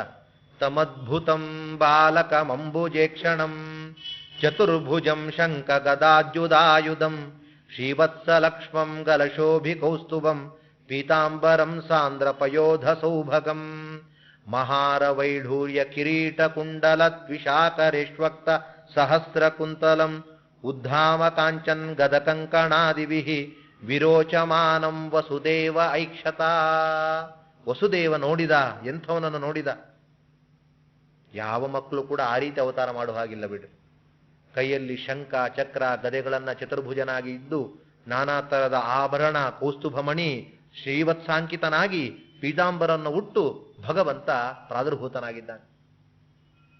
ಇಲ್ಲಿ ಒಂದು ಪ್ರಶ್ನೆ, ತಮದ್ಭುತಂ ಬಾಲಕಂ ಅಂಬುಜೇಕ್ಷಣಂ ಅಂತ ಸ್ತೋತ್ರ ಭಾಗವತ. ಬಾಲಕನಾಗಿ ಆವಿರ್ಭೂತನಾಗಿದ್ದಾನೆ ಅಂತ ಹೇಳ್ತಾ ಇದೆ. ಆದರೆ ಎಲ್ಲಿ ಬಾಲಕನಾಗಿ ಆವಿರ್ಭೂತ ಭಗವಂತ? ಬರುವಾಗಲೇ ಶಂಖಚಕ್ರ ಗದಾಧಾರಿಯಾಗಿ ದೊಡ್ಡ ರೂಪದಿಂದಲೇ ಆವಿರ್ಭೂತನಾಗಿದ್ದಾನಲ್ಲ. ಬಾಲಕ ಅಂತ ಹೇಗೆ ಹೇಳಿದ್ರು ಅಂದ್ರೆ, ಸತ್ಯಧರ್ಮರು ವ್ಯಾಖ್ಯಾನ ಮಾಡ್ತಾರೆ, ಬಾಲಕ ಅಂದ್ರೆ ಚಿಕ್ಕ ಪುಟ್ಟವರು ಅಂತ ಅರ್ಥ ಅಲ್ಲ. ಬಾಲಹ ಕಂ ಯಸ್ಯ, ಕ ಅಂದ್ರೆ ಬ್ರಹ್ಮದೇವರು. ಬ್ರಹ್ಮದೇವರೇ ಮಗನಾಗಿ ಉಳ್ಳವನು ಯಾರೋ ಅವನು ಬಾಲಕ ಅಂತ. ಯಾರು? ಬ್ರಹ್ಮದೇವರೇ ಮಗನಾಗಿ ಉಳ್ಳವರು ಭಗವಂತನೇ. ಹಾಗಾಗಿ ಅಂತಹ ಭಗವಂತ ಈ ರೀತಿ ಪ್ರಾದುರ್ಭೂತನಾದ. ಇದಕ್ಕಿಂತಲೂ ಹಿಂದೆ 6 ಜನರನ್ನ ವಸುದೇವ ತಾನು ಎಷ್ಟು ಪರಿಪರಿಯಾಗಿ ಪ್ರಾರ್ಥನೆ ಮಾಡಿದ್ರು ಬಿಡ್ಲಿಲ್ಲ ಕಂಸ. ದೇವಕಿಯನ್ನೇ ಕೊಲ್ತೇನೆ ಅಂತ ಹೊರಟವನು, ದೇವಕಿಯನ್ನು ಉಳಿಸು, ನೀನು ಮಕ್ಕಳನ್ನ ನೀನು ತಂದು ಕೊಡ್ತೇನೆ, ಅವರನ್ನ ಕೊಲ್ಲಬೇಕಾದ್ರೆ ಅಂತ ಹೇಳಿ ಪಾಪ ಪ್ರಾಮಾಣಿಕವಾಗಿ ಹುಟ್ಟಿದಾಗೆಲ್ಲ ಹೋಗಿ ಹೋಗಿ ತಂದುಕೊಡ್ತಾ ಇದ್ದ. ಆದರೆ ಇಂತಹ ಅದ್ಭುತವಾದ ರೂಪವನ್ನು ನೋಡಿದಾಗ ಅವನು ಹೇಳ್ತಾ ಇದ್ದಾನೆ, ನಾನು ಶಿಶುರೂಪ ತಾಳ್ತೇನೆ, ನನ್ನನ್ನ ನಂದಗೋಕುಲಕ್ಕೆ ಕರ್ಕೊಂಡು ಹೋಗಿ ಅಂತ ಹೇಳಿ ತಾನು ಶಿಶುರೂಪ ತಾಳಿದ. ಆವಾಗ ಭಗವಂತ ಪ್ರಾದುರ್ಭಾವದಿಂದ ಶಿಶುರೂಪವನ್ನ ಎತ್ತಿಕೊಂಡು ಹೋಗುವಾಗಲೇ ಎಲ್ಲ ಬಂಧನ ದೂರವಾಯಿತು. ಹಾಗಾದ್ರೆ ಭಗವಂತನನ್ನ ಎತ್ತಿಕೊಂಡ್ರೆ, ಭಗವಂತನನ್ನ ನಮ್ಮ ಕಂಠದಲ್ಲಿಟ್ಟುಕೊಂಡ್ರೆ, ಭಗವಂತನ ಶಾಸ್ತ್ರ ಸರ್ವಮೂಲ ಭಾಗವತಗಳನ್ನ ಮನೆಯಲ್ಲಿದ್ರೆ ನಮ್ಮ ಬಂಧವು ಕೂಡ ದೂರವಾಗ್ತದೆ. ಎಲ್ಲ ಬೇಡಿ, ಎಲ್ಲ ಜೈಲು, ಎಲ್ಲವೂ ಕೂಡ ಬಂದ. ಯಮುನೆಯೂ ಕೂಡ ದಾರಿ ಬಿಟ್ಬಿಟ್ಲು, ಎಲ್ಲವೂ ಸುಗಮವಾಯಿತು. ಹಾಗಾದ್ರೆ ಕೃಷ್ಣ ಪರಮಾತ್ಮನ ಆವಿರ್ಭಾವದಿಂದ ನಾವೇನು ತಿಳಿಬೇಕು ಅಂದ್ರೆ, ಮಧುರಾ ಅಂತ ಪಟ್ಟಣದಲ್ಲಿ ಭಗವಂತ ಅವತಾರ ಮಾಡಿದ ಅಂದ್ರೆ, ಮಧುರಾ ಅಂತ ಹೇಳಿದ್ರೆ ನಮ್ಮ ಶರೀರವೇ ಮಧುರಾ ಪಟ್ಟಣ ಅಂತ ಚಿಂತಿಸ್ಬೇಕಂತ. ಯಾಕೆ ಅಂದ್ರೆ ಮಧುರಾ ಅಂದ್ರೆ ಮಧುರಾತೀತಿ ಮಧುರಾ, ಯಾವುದರಿಂದ ಆನಂದವು ಸಿಗ್ತಾ ಇದೆಯೋ ಅದನ್ನ ಮಧುರಾ ಅಂತ ಕರೀತಾರೆ ಅಲ್ವ. ಮಧುರವಾಗಿದೆ ಈ ಸ್ವೀಟು, ಮಧುರವಾಗಿದೆ ಈ ನಗರ ಅಂದ್ರೆ ಏನರ್ಥ? ನೋಡಿದಾಗ ಆನಂದ ಆಗ್ತದೆ ಅಂತ ಅರ್ಥ. ಹಾಗಾಗಿ ಈ ಶರೀರವು ಕೂಡ ಮಧುರಾ. ಯಾಕೆ ಅಂದ್ರೆ ಇಂತಹ ಸಾಧನ ಶರೀರದಿಂದ ಆನಂದಭೂತವಾಗಿರುವ ಮೋಕ್ಷಕ್ಕೆ ಹೋಗುವ ಒಂದು ಸಾಮರ್ಥ್ಯ ನಮಗಿದೆ. ಅದಕ್ಕೋಸ್ಕರ ಇದು ಮಧುರಾತಿ, ಆನಂದವನ್ನ ತಂದು ಕೊಡ್ತಾ ಇದೆ. ಆದ್ದರಿಂದ ಇದೇ ಮಧುರಾ ಪಟ್ಟಣ. ಮಧುರಾ ಪಟ್ಟಣದಲ್ಲಿ ಭಗವಂತ ಎಲ್ಲಿ ಅವತಾರ ಮಾಡಿದ? ವಸುದೇವ ದೇವಕಿಯರೆಲ್ಲ ಅವತಾರ ಮಾಡ್ತಾ ಇದ್ದಾನೆ.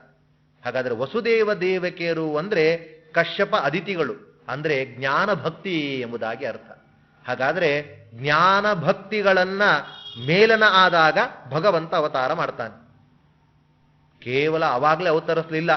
ಮಧುರಾ ಪಟ್ಟಣ ಅಂದರೆ ನಮ್ಮ ದೇಹ, ನಮ್ಮ ದೇಹವನ್ನ ನಾವು ಶುದ್ಧ ಮಾಡ್ಕೊಳ್ಬೇಕು. ಶುದ್ಧ ಅಂದ್ರೆ ಅಂತಃಕರಣ ಶುದ್ಧ ಮಾಡ್ಕೊಳ್ಬೇಕು. ಯಾಕೆ ಅಂದ್ರೆ ಯಾವುದೋ ಒಂದು ಹೊಲಸಿದ್ರೆ ನಾವೇ ಕೂಡೋದಿಲ್ಲ ಅಲ್ಲಿ ಹೋಗಿ. ಸ್ವಲ್ಪ ಹೊಲಸಿದೆ ತೆಗೆದು ಬಿಡ್ರಿ, ಆಸನ ಹಾಕ್ರಿ ಅಂತ ಕೇಳ್ತೇವೆ. ಹಾಗಿರುವಾಗ ಭಗವಂತ ಬಂದು ಈ ಒಂದು ದೇಹದಲ್ಲಿ ಕೂಡಬೇಕು ಅಂದ್ರೆ ಎಷ್ಟು ಶುದ್ಧ ಆಗಬೇಕು. ಅದನ್ನೇ ದೇಹೋ ವೈ ರಥಃ ಅಂತದ್ದು ಉಪನಿಷತ್ತು. ಈ ದೇಹ ಅಂದ್ರೆ ಏನು ಅಂದ್ರೆ ರಥ ಅಂತ ಚಿಂತನೆ ಮಾಡಬೇಕಂತ. ರಾಯರು ಸ್ತೋತ್ರ ಮಾಡಿದ್ದಾರೆ. ಸರ್ವ ದೇಹ ನಮಚೇಷ್ಟ ನಮಂಗಿ. ಭಗವಂತ ನೀನು ಶ್ರೀಕೃಷ್ಣನಾಗಿ ಅರ್ಜುನನ ರಥಕ್ಕೆ ಮಾತ್ರ ಸಾರಥ್ಯವನ್ನು ವಹಿಸಲಿಲ್ಲ. ಸರ್ವ ದೇಹ ನಮಚೇಷ್ಟ ನಮಂಗಿ, ಎಲ್ಲ ದೇಹಕ್ಕೂ ಕೂಡ ನೀನು ಸಾರಥಿಯಾಗಿದ್ದಿ ಅಂತ ಸ್ತೋತ್ರ ಮಾಡ್ತಾರೆ. ಅವರು ರಾತ್ರಿ ಹೊತ್ತು ಪೂಜೆಗೆ ಕೂತ್ರೆ 10 ರೂಪಗಳ ಅವತಾರವು ಕಣ್ಣು ಮುಂದೆ ಬರ್ತಾ ಇತ್ತಂತೆ. ಒಂದೊಂದು ಸ್ತೋತ್ರ ಮಾಡುವಾಗ ಕೃಷ್ಣ ಪರಮಾತ್ಮನ ಅವತಾರ ತಮ್ಮ ಕಣ್ಣ ಮುಂದೆ ಬಂದಾಗ ಭಗವಂತ ಎಂತಹ ದೊಡ್ಡದಾದ ಅನುಗ್ರಹ ಮಾಡಿದ್ದಿ, ಕೃಷ್ಣ ಪರಮಾತ್ಮ ನೀನಾಗಿ ಆ ಒಂದು ಅರ್ಜುನನ ರಥಕ್ಕೆ ಮಾತ್ರ ಸಾರಥಿಯಾಗಿಲ್ಲ, ಎಲ್ಲ ದೇಹ ರಥಕ್ಕೂ ಕೂಡ ನೀನು ಸಾರಥಿಯಾಗಿದ್ದಿ ಅಂತ. ಎಂತಹ ಭಗವಂತನ ಕೃಪೆ. ಅರ್ಜುನನಿಗೆ ಭಗವಂತ ಸಾರಥಿ ಆದರೆ ಹೋಗಿದ್ರೆ ಎಂತಹ ಅಲ್ಲೋಲ ಕಲ್ಲೋಲವಾಗಿ ಪಾಂಡವರ ಧ್ವಂಸವೇ ಆಗಿಬಿಡ್ತಾ ಇತ್ತು. ಯುದ್ಧ ಎಲ್ಲ ಮುಗಿದ ಮೇಲೆ ಭಗವಂತ ತಾನು ರಥದಿಂದ ತಾನು ಮೊದಲು ಕೆಳಗೆ ಇಳಿಲ್ಲ. ಅರ್ಜುನ ನೀನು ಕೆಳಗಿಳಿ ಅಂತ ಹೇಳಿ ಇಳಿಸ್ತಾ ಇದ್ದಾನಂತೆ. ಅರ್ಜುನ ಕೇಳ್ದ, ಯಾಕಪ್ಪ ಕೃಷ್ಣ ಬೇರೆಯಾಗಿ ಮಾತಾಡ್ತಾ ಇದ್ದಿ, ಇಷ್ಟು ದಿನ ನೀನೇ ಕೆಳಗಿಳಿತಾ ಇದ್ದಿ, ನಾನು ನಂತರ ಇಳಿತಾ ಇದ್ದೆ, ಇವತ್ತ್ಯಾಕೆ ನನಗೆ ಇಳಿಸ್ತಾ ಇದ್ದಿ ಅಂತ ಕೇಳದ್ನಂತೆ. ಸ್ವಲ್ಪ ಎಲ್ಲ ಗೆದ್ದ ಮೇಲೆ ಅರ್ಜುನನಿಗೆ ಅಹಂಕಾರ ಬಂದಿತ್ತು. ಇಲ್ಲ ಅರ್ಜುನ ನೀನು ಕೆಳಗಿಳಿ ಅಂತ ಹೇಳ್ದ. ಅದ್ಯಾಕೆ ಹಾಗೆ ಹೇಳ್ತಾ ಇದ್ದಿ? ಡ್ರೈವರ್ ಮೊದಲು ಕೆಳಗಿಳಿಯೋದು, ಯಜಮಾನ ಕೆಳಗಿಳಿಯೋದು. ಡ್ರೈವರ್ ಮೊದಲು ಬಂದು ತೆಗಿಬೇಕು, ಆಗ ಯಜಮಾನ ಇಳಿತಾನೆ. ಆ ಧಾಟಿಯಲ್ಲಿ ಮಾತಾಡ್ದ, ಇದೇ ಮಾತು ಹೇಳಿಲ್ಲ. ಆ ಧಾಟಿಯಲ್ಲಿ ಯಾಕೆ ದಿನ ನೀನೇ ಬಂದು ಇಳಿತಾ ಇದ್ದೆ, ಇವತ್ತ್ಯಾಕೆ ಹೀಗೆ ಹೇಳ್ತಾ ಇದ್ದಿ? ಇಲ್ಲ ನೀನು ಇಳಿ ಅಂತ ಹೇಳ್ದ. ಆಯ್ತು ಅಂತ ಕೆಳಗಿಳಿತಾ ಇದ್ದಾನೆ. ಭಗವಂತನು ರಥದಿಂದ ಕೆಳಗಿಳಿದ. ಇಳಿದ ಒಂದು ಕ್ಷಣಕ್ಕೆ ಧಗ ಧಗ ಧಗ ಧಗ ಅಂತ ಉರಿತು. ಆಗ ಅರ್ಜುನ ಕೇಳ್ತಾನೆ, ಏನ್ ಕೃಷ್ಣ ಇದು ಅಂದ. ಕೃಷ್ಣ ಅಂದ, ರಥದ ಅವಸ್ಥೆ ಆಮೇಲೆ ನೋಡು, ನೀನೇನಾದ್ರೂ ಮದ್ದಿಳಿಲ್ಲ ಅಂದ್ರೆ ಏನಾಗ್ತಿತ್ತು ನೋಡು ಅಂದ. ನಾನೇ ಮದ್ದು ಇಳಿದಿದ್ರೆ ಏನಾಗ್ತಿದ್ದೆ ನೀನು ಅಂತ ಹೇಳ್ತಾ ಇದ್ದಾನೆ. ಯಾಕೆ ಅಂದ್ರೆ ಇಷ್ಟು ದಿನ ನನ್ನ ಸಾನ್ನಿಧ್ಯ ಇತ್ತು ಆ ರಥದಲ್ಲಿ. ಹಾಗಾಗಿ ಆಗ್ನೇಯಾಸ್ತ್ರ, ವಾಯವ್ಯಾಸ್ತ್ರ, ಬ್ರಹ್ಮಾಸ್ತ್ರ, ವೈಷ್ಣವಾಸ್ತ್ರ, ಏನೇನು ಇದ್ದು ಬಿದ್ದ ಅಸ್ತ್ರಗಳೆಲ್ಲ ಬಂದ್ರು ಏನೇನು ಈ ರಥಕ್ಕಾಗೇ ಇಲ್ಲ. ಯಾಕೆ ಅಂದ್ರೆ ನಾನಿದ್ದದ್ದರಿಂದ ಎಲ್ಲ ತಡೆದಿಡ್ಕೊಂಡಿತ್ತು. ನಾನು ಯಾವಾಗ ಕೆಳಗಿಳಿದೆ ಆವಾಗ ಈ ರಥಕ್ಕೆ ಬೆಂಕಿ ಹಚ್ಚಿತು. ಆಚಾರ್ಯ ಇರುವವರೆಗೂ ಕೂಡ ವಿದ್ಯಾರ್ಥಿಗಳೆಲ್ಲ ಸುಮ್ಮನೆ ಇರ್ತಾರೆ. ಆಚಾರ್ಯ ಹೋದ ಮೇಲೆ ತಮ್ಮ ಕೋಚಿ ಚಾಟಿ ಶುರು ಮಾಡ್ತಾರೆ. ಮತ್ತೆ ಅದು ಒಂದು ಹಠ, ಮತ್ತೆ ಒಂದು ಗಲಾಟೆ ಶುರು ಮಾಡುವಂತೆ ಅಲ್ಲಿವರೆಗೂ ಕೃಷ್ಣ ಪರಮಾತ್ಮ ಇಲ್ಲಿವರೆಗೂ ಕೂಡ ಅವುಗಳ ಪ್ರಭಾವ ತೋರಿಸ್ತಿರ್ಲಿಲ್ಲ. ಕೃಷ್ಣ ಪರಮಾತ್ಮ ಈ ಕಡೆ ಬಂದ ಕ್ಷಣ ಪ್ರಭಾವ ತೋರಿಸ್ತು.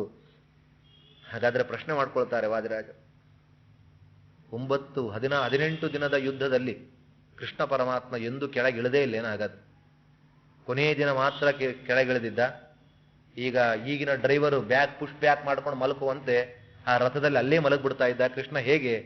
ಯಾಕೆಂದ್ರೆ ದಿನಾ ಇಳಿಬೇಕು ಅಂತಾಗಿದೆ, ಸುಡ್ಬೇಕಿತ್ತಲ್ಲ, ಯಾಕೆ ಸುಟ್ಟಿರ್ಲಿಲ್ಲ ಅಂದ್ರೆ ಹೇಳ್ತಾರೆ, ಕೃಷ್ಣ ಪರಮಾತ್ಮ ಏನು ಇಳಿತಾ ಇಲ್ಲ ಅಂತ ಏನಿಲ್ಲ, ಇಳಿತಾ ಇದ್ದ. ಆದ್ರೆ ಕೃಷ್ಣ ಪರಮಾತ್ಮ ಇಳಿದ್ರು ಕೂಡ ಧ್ವಜದಲ್ಲಿ ಮುಖ್ಯ ಪ್ರಾಣದೇವರು ಹಾಗೇ ಇರ್ತಾ ಇದ್ರು. ಧ್ವಜದಲ್ಲಿ ಮುಖ್ಯ ಪ್ರಾಣದೇವರು ಹೋಗಿರಲಿಲ್ಲ. ಹಾಗಾಗಿ ರಥ ಹಾಗೇ ಇರ್ತಾ ಇತ್ತು. ಯಾವಾಗ ಕೊನೆಯ ದಿನ ಕೃಷ್ಣ ಪರಮಾತ್ಮ ತನ್ನ ಸಾಕಲ್ಯ ಶಕ್ತಿಯನ್ನ ಕೆಳೆದುಕೊಂಡು ತಾನು ಕೆಳಗಿಳಿದ, ಆಗ ಮುಖ್ಯ ಪ್ರಾಣದೇವರು ಕೂಡ ಅಲ್ಲಿಂದ ಹೋದ್ರಂತೆ. ಆವಾಗ ಆ ಒಂದು ರಥ ಬೆಂಕಿಯಿಂದ ಆಹುತಿಯಾಯಿತು ಅಂತಾರೆ. ಹಾಗಾಗಿ ಮುಖ್ಯ ಪ್ರಾಣದೇವರು ಭಗವಂತ, ಹರಿವಾಯು ಗುರುಗಳು ಎಷ್ಟುವರೆಗೂ ನಮ್ಮಲ್ಲಿರ್ತಾರೆ ಅಲ್ಲಿವರೆಗೂ ನಮಗೆಲ್ಲ ಒಂದು ರೀತಿ ಮನ್ನಣೆ, ಒಂದು ರೀತಿ ಬೆಲೆ, ಎಲ್ಲ ತರಹದ ಒಬ್ರು ಮಾತಾಡಿಸೋದು ಮಾಡೋದು ಎಲ್ಲ ಮಾಡ್ತಾರೆ. ಯಾವಾಗ ಭಗವಂತನ ಸಾನ್ನಿಧ್ಯ ಹೊರಟು ಹೋಯಿತು, ಮುಖ್ಯ ಪ್ರಾಣನನು ತೊಲಗಲಾದೇವನು ಅರಿತು ಪೆಣನೆಂದು ಪೇಳ್ವರು ಬುಧ ಜನ. ಹೆಣ ಅಂತಾರದನ್ನ. ಅಷ್ಟುವರೆಗೂ ಅಪವಿತ್ರದ ಒಂದು ಶಬ್ದ ಉಚ್ಚರಿಸಿರೋದಿಲ್ಲ. ಮುಟ್ಟಿದಾಗ ಕೈ ತೊಳ್ಕೊಳ್ತಾ ಇರಲ್ಲ, ಸ್ನಾನ ಮಾಡ್ತಾ ಇರಲ್ಲ. ಹೋದ ಒಂದೇ ಒಂದು ಕ್ಷಣಕ್ಕೆ ಅವರು ಮನೆಗೆ ಹೋಗಿ ಬಂದು ಸ್ನಾನ ಮಾಡು, ಅದು ಹೆಣ, ಅಪವಿತ್ರ, ಅದನ್ನು ನೋಡಬಾರದು, ಗಂಡ ಅಪ್ಪ ಇರೋರು ಹೋಗಬಾರದು. ಎಂತೆಲ್ಲ ಅಮಂಗಲಕರವಾದ ಮಾತುಗಳು. ಯಾಕೆ?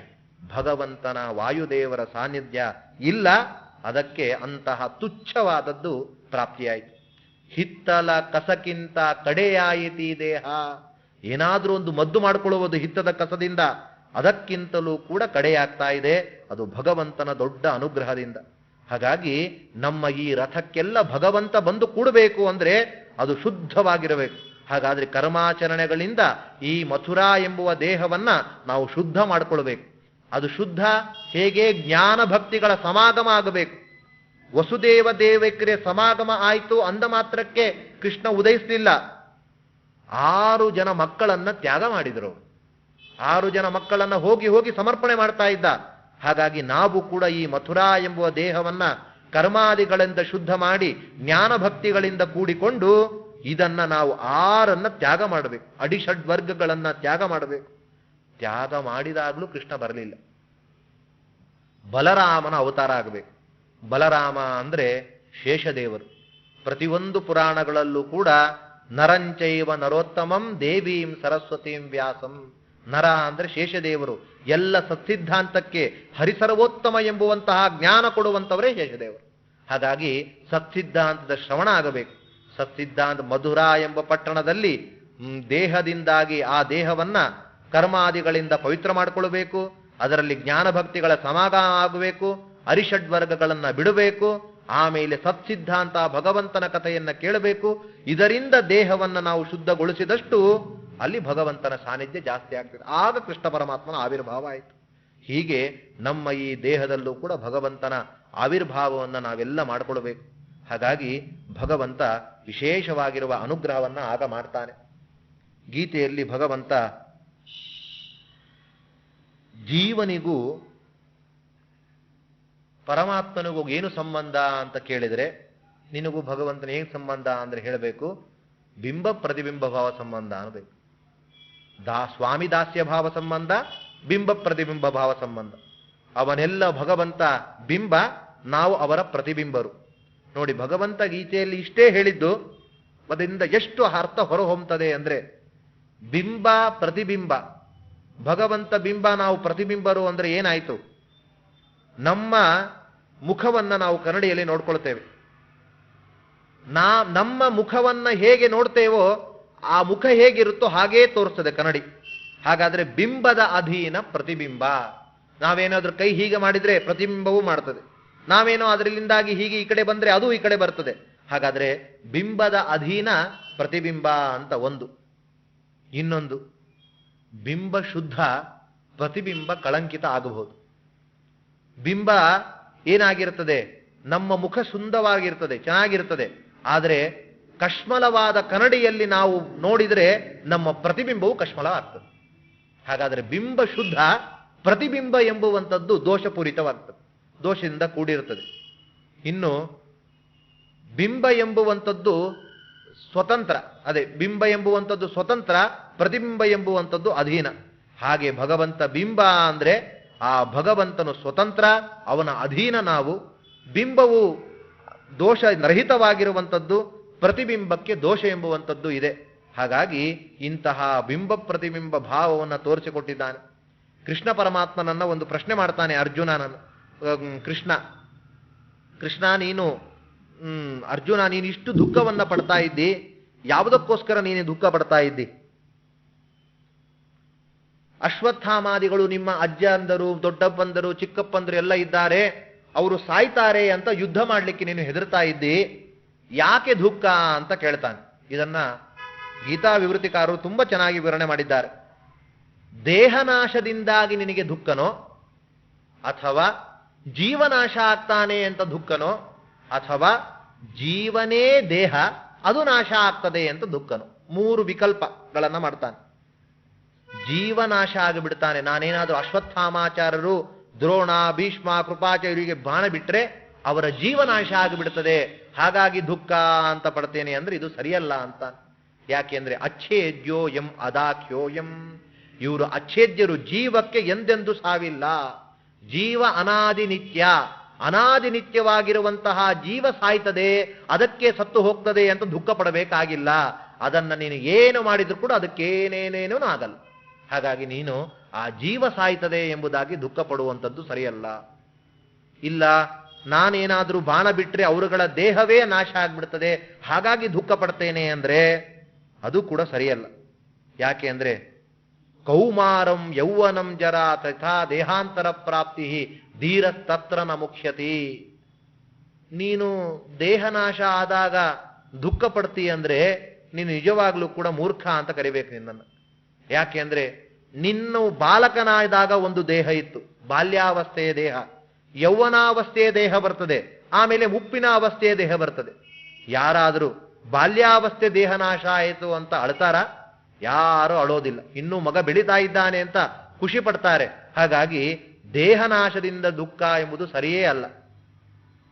ಅಲ್ಲಿ ಕೌಮಾರಂ ಯೌವನಂ ಜರ, ಕೌಮಾರ ಬಂತು, ಯೌವನ ಬಂತು, ಜರ ಬಂತು, ಅಲ್ಲೆಲ್ಲ ಯಾರು ದೇಹನಾಶದಿಂದ ದುಃಖ ಪಡಲಿಲ್ಲ. ಅಲ್ಲ, ಹಾಗಲ್ಲ.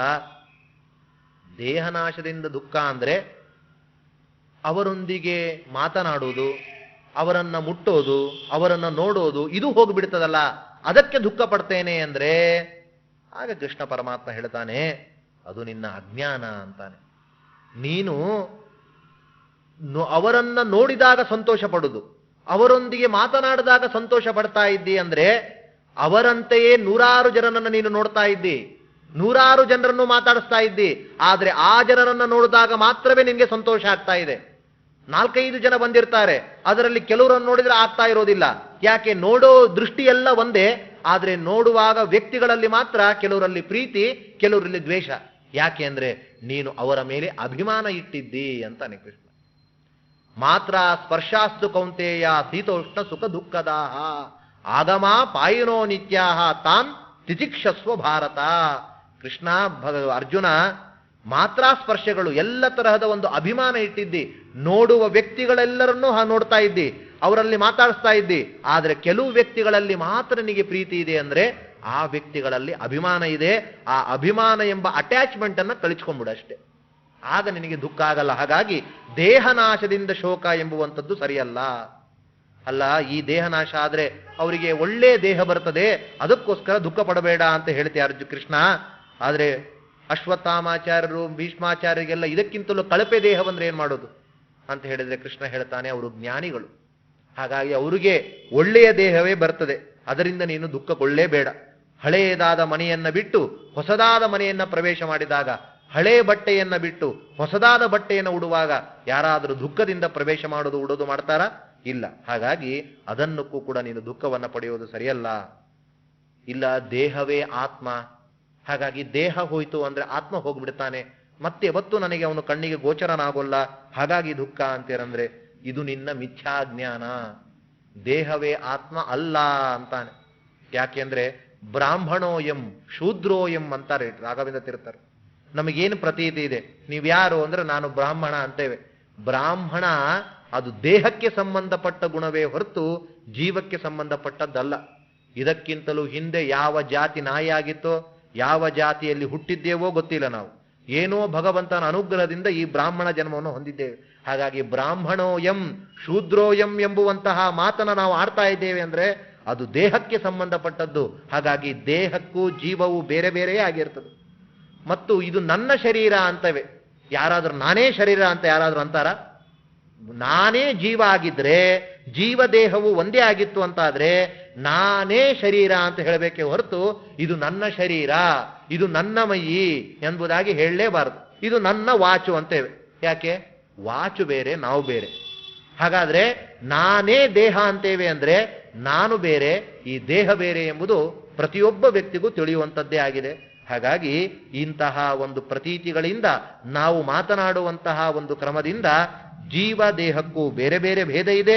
ಹಾಗಾಗಿ ಜೀವನಾಶದಿಂದಾಗಿ ಶೋಕಿಸಬೇಡ.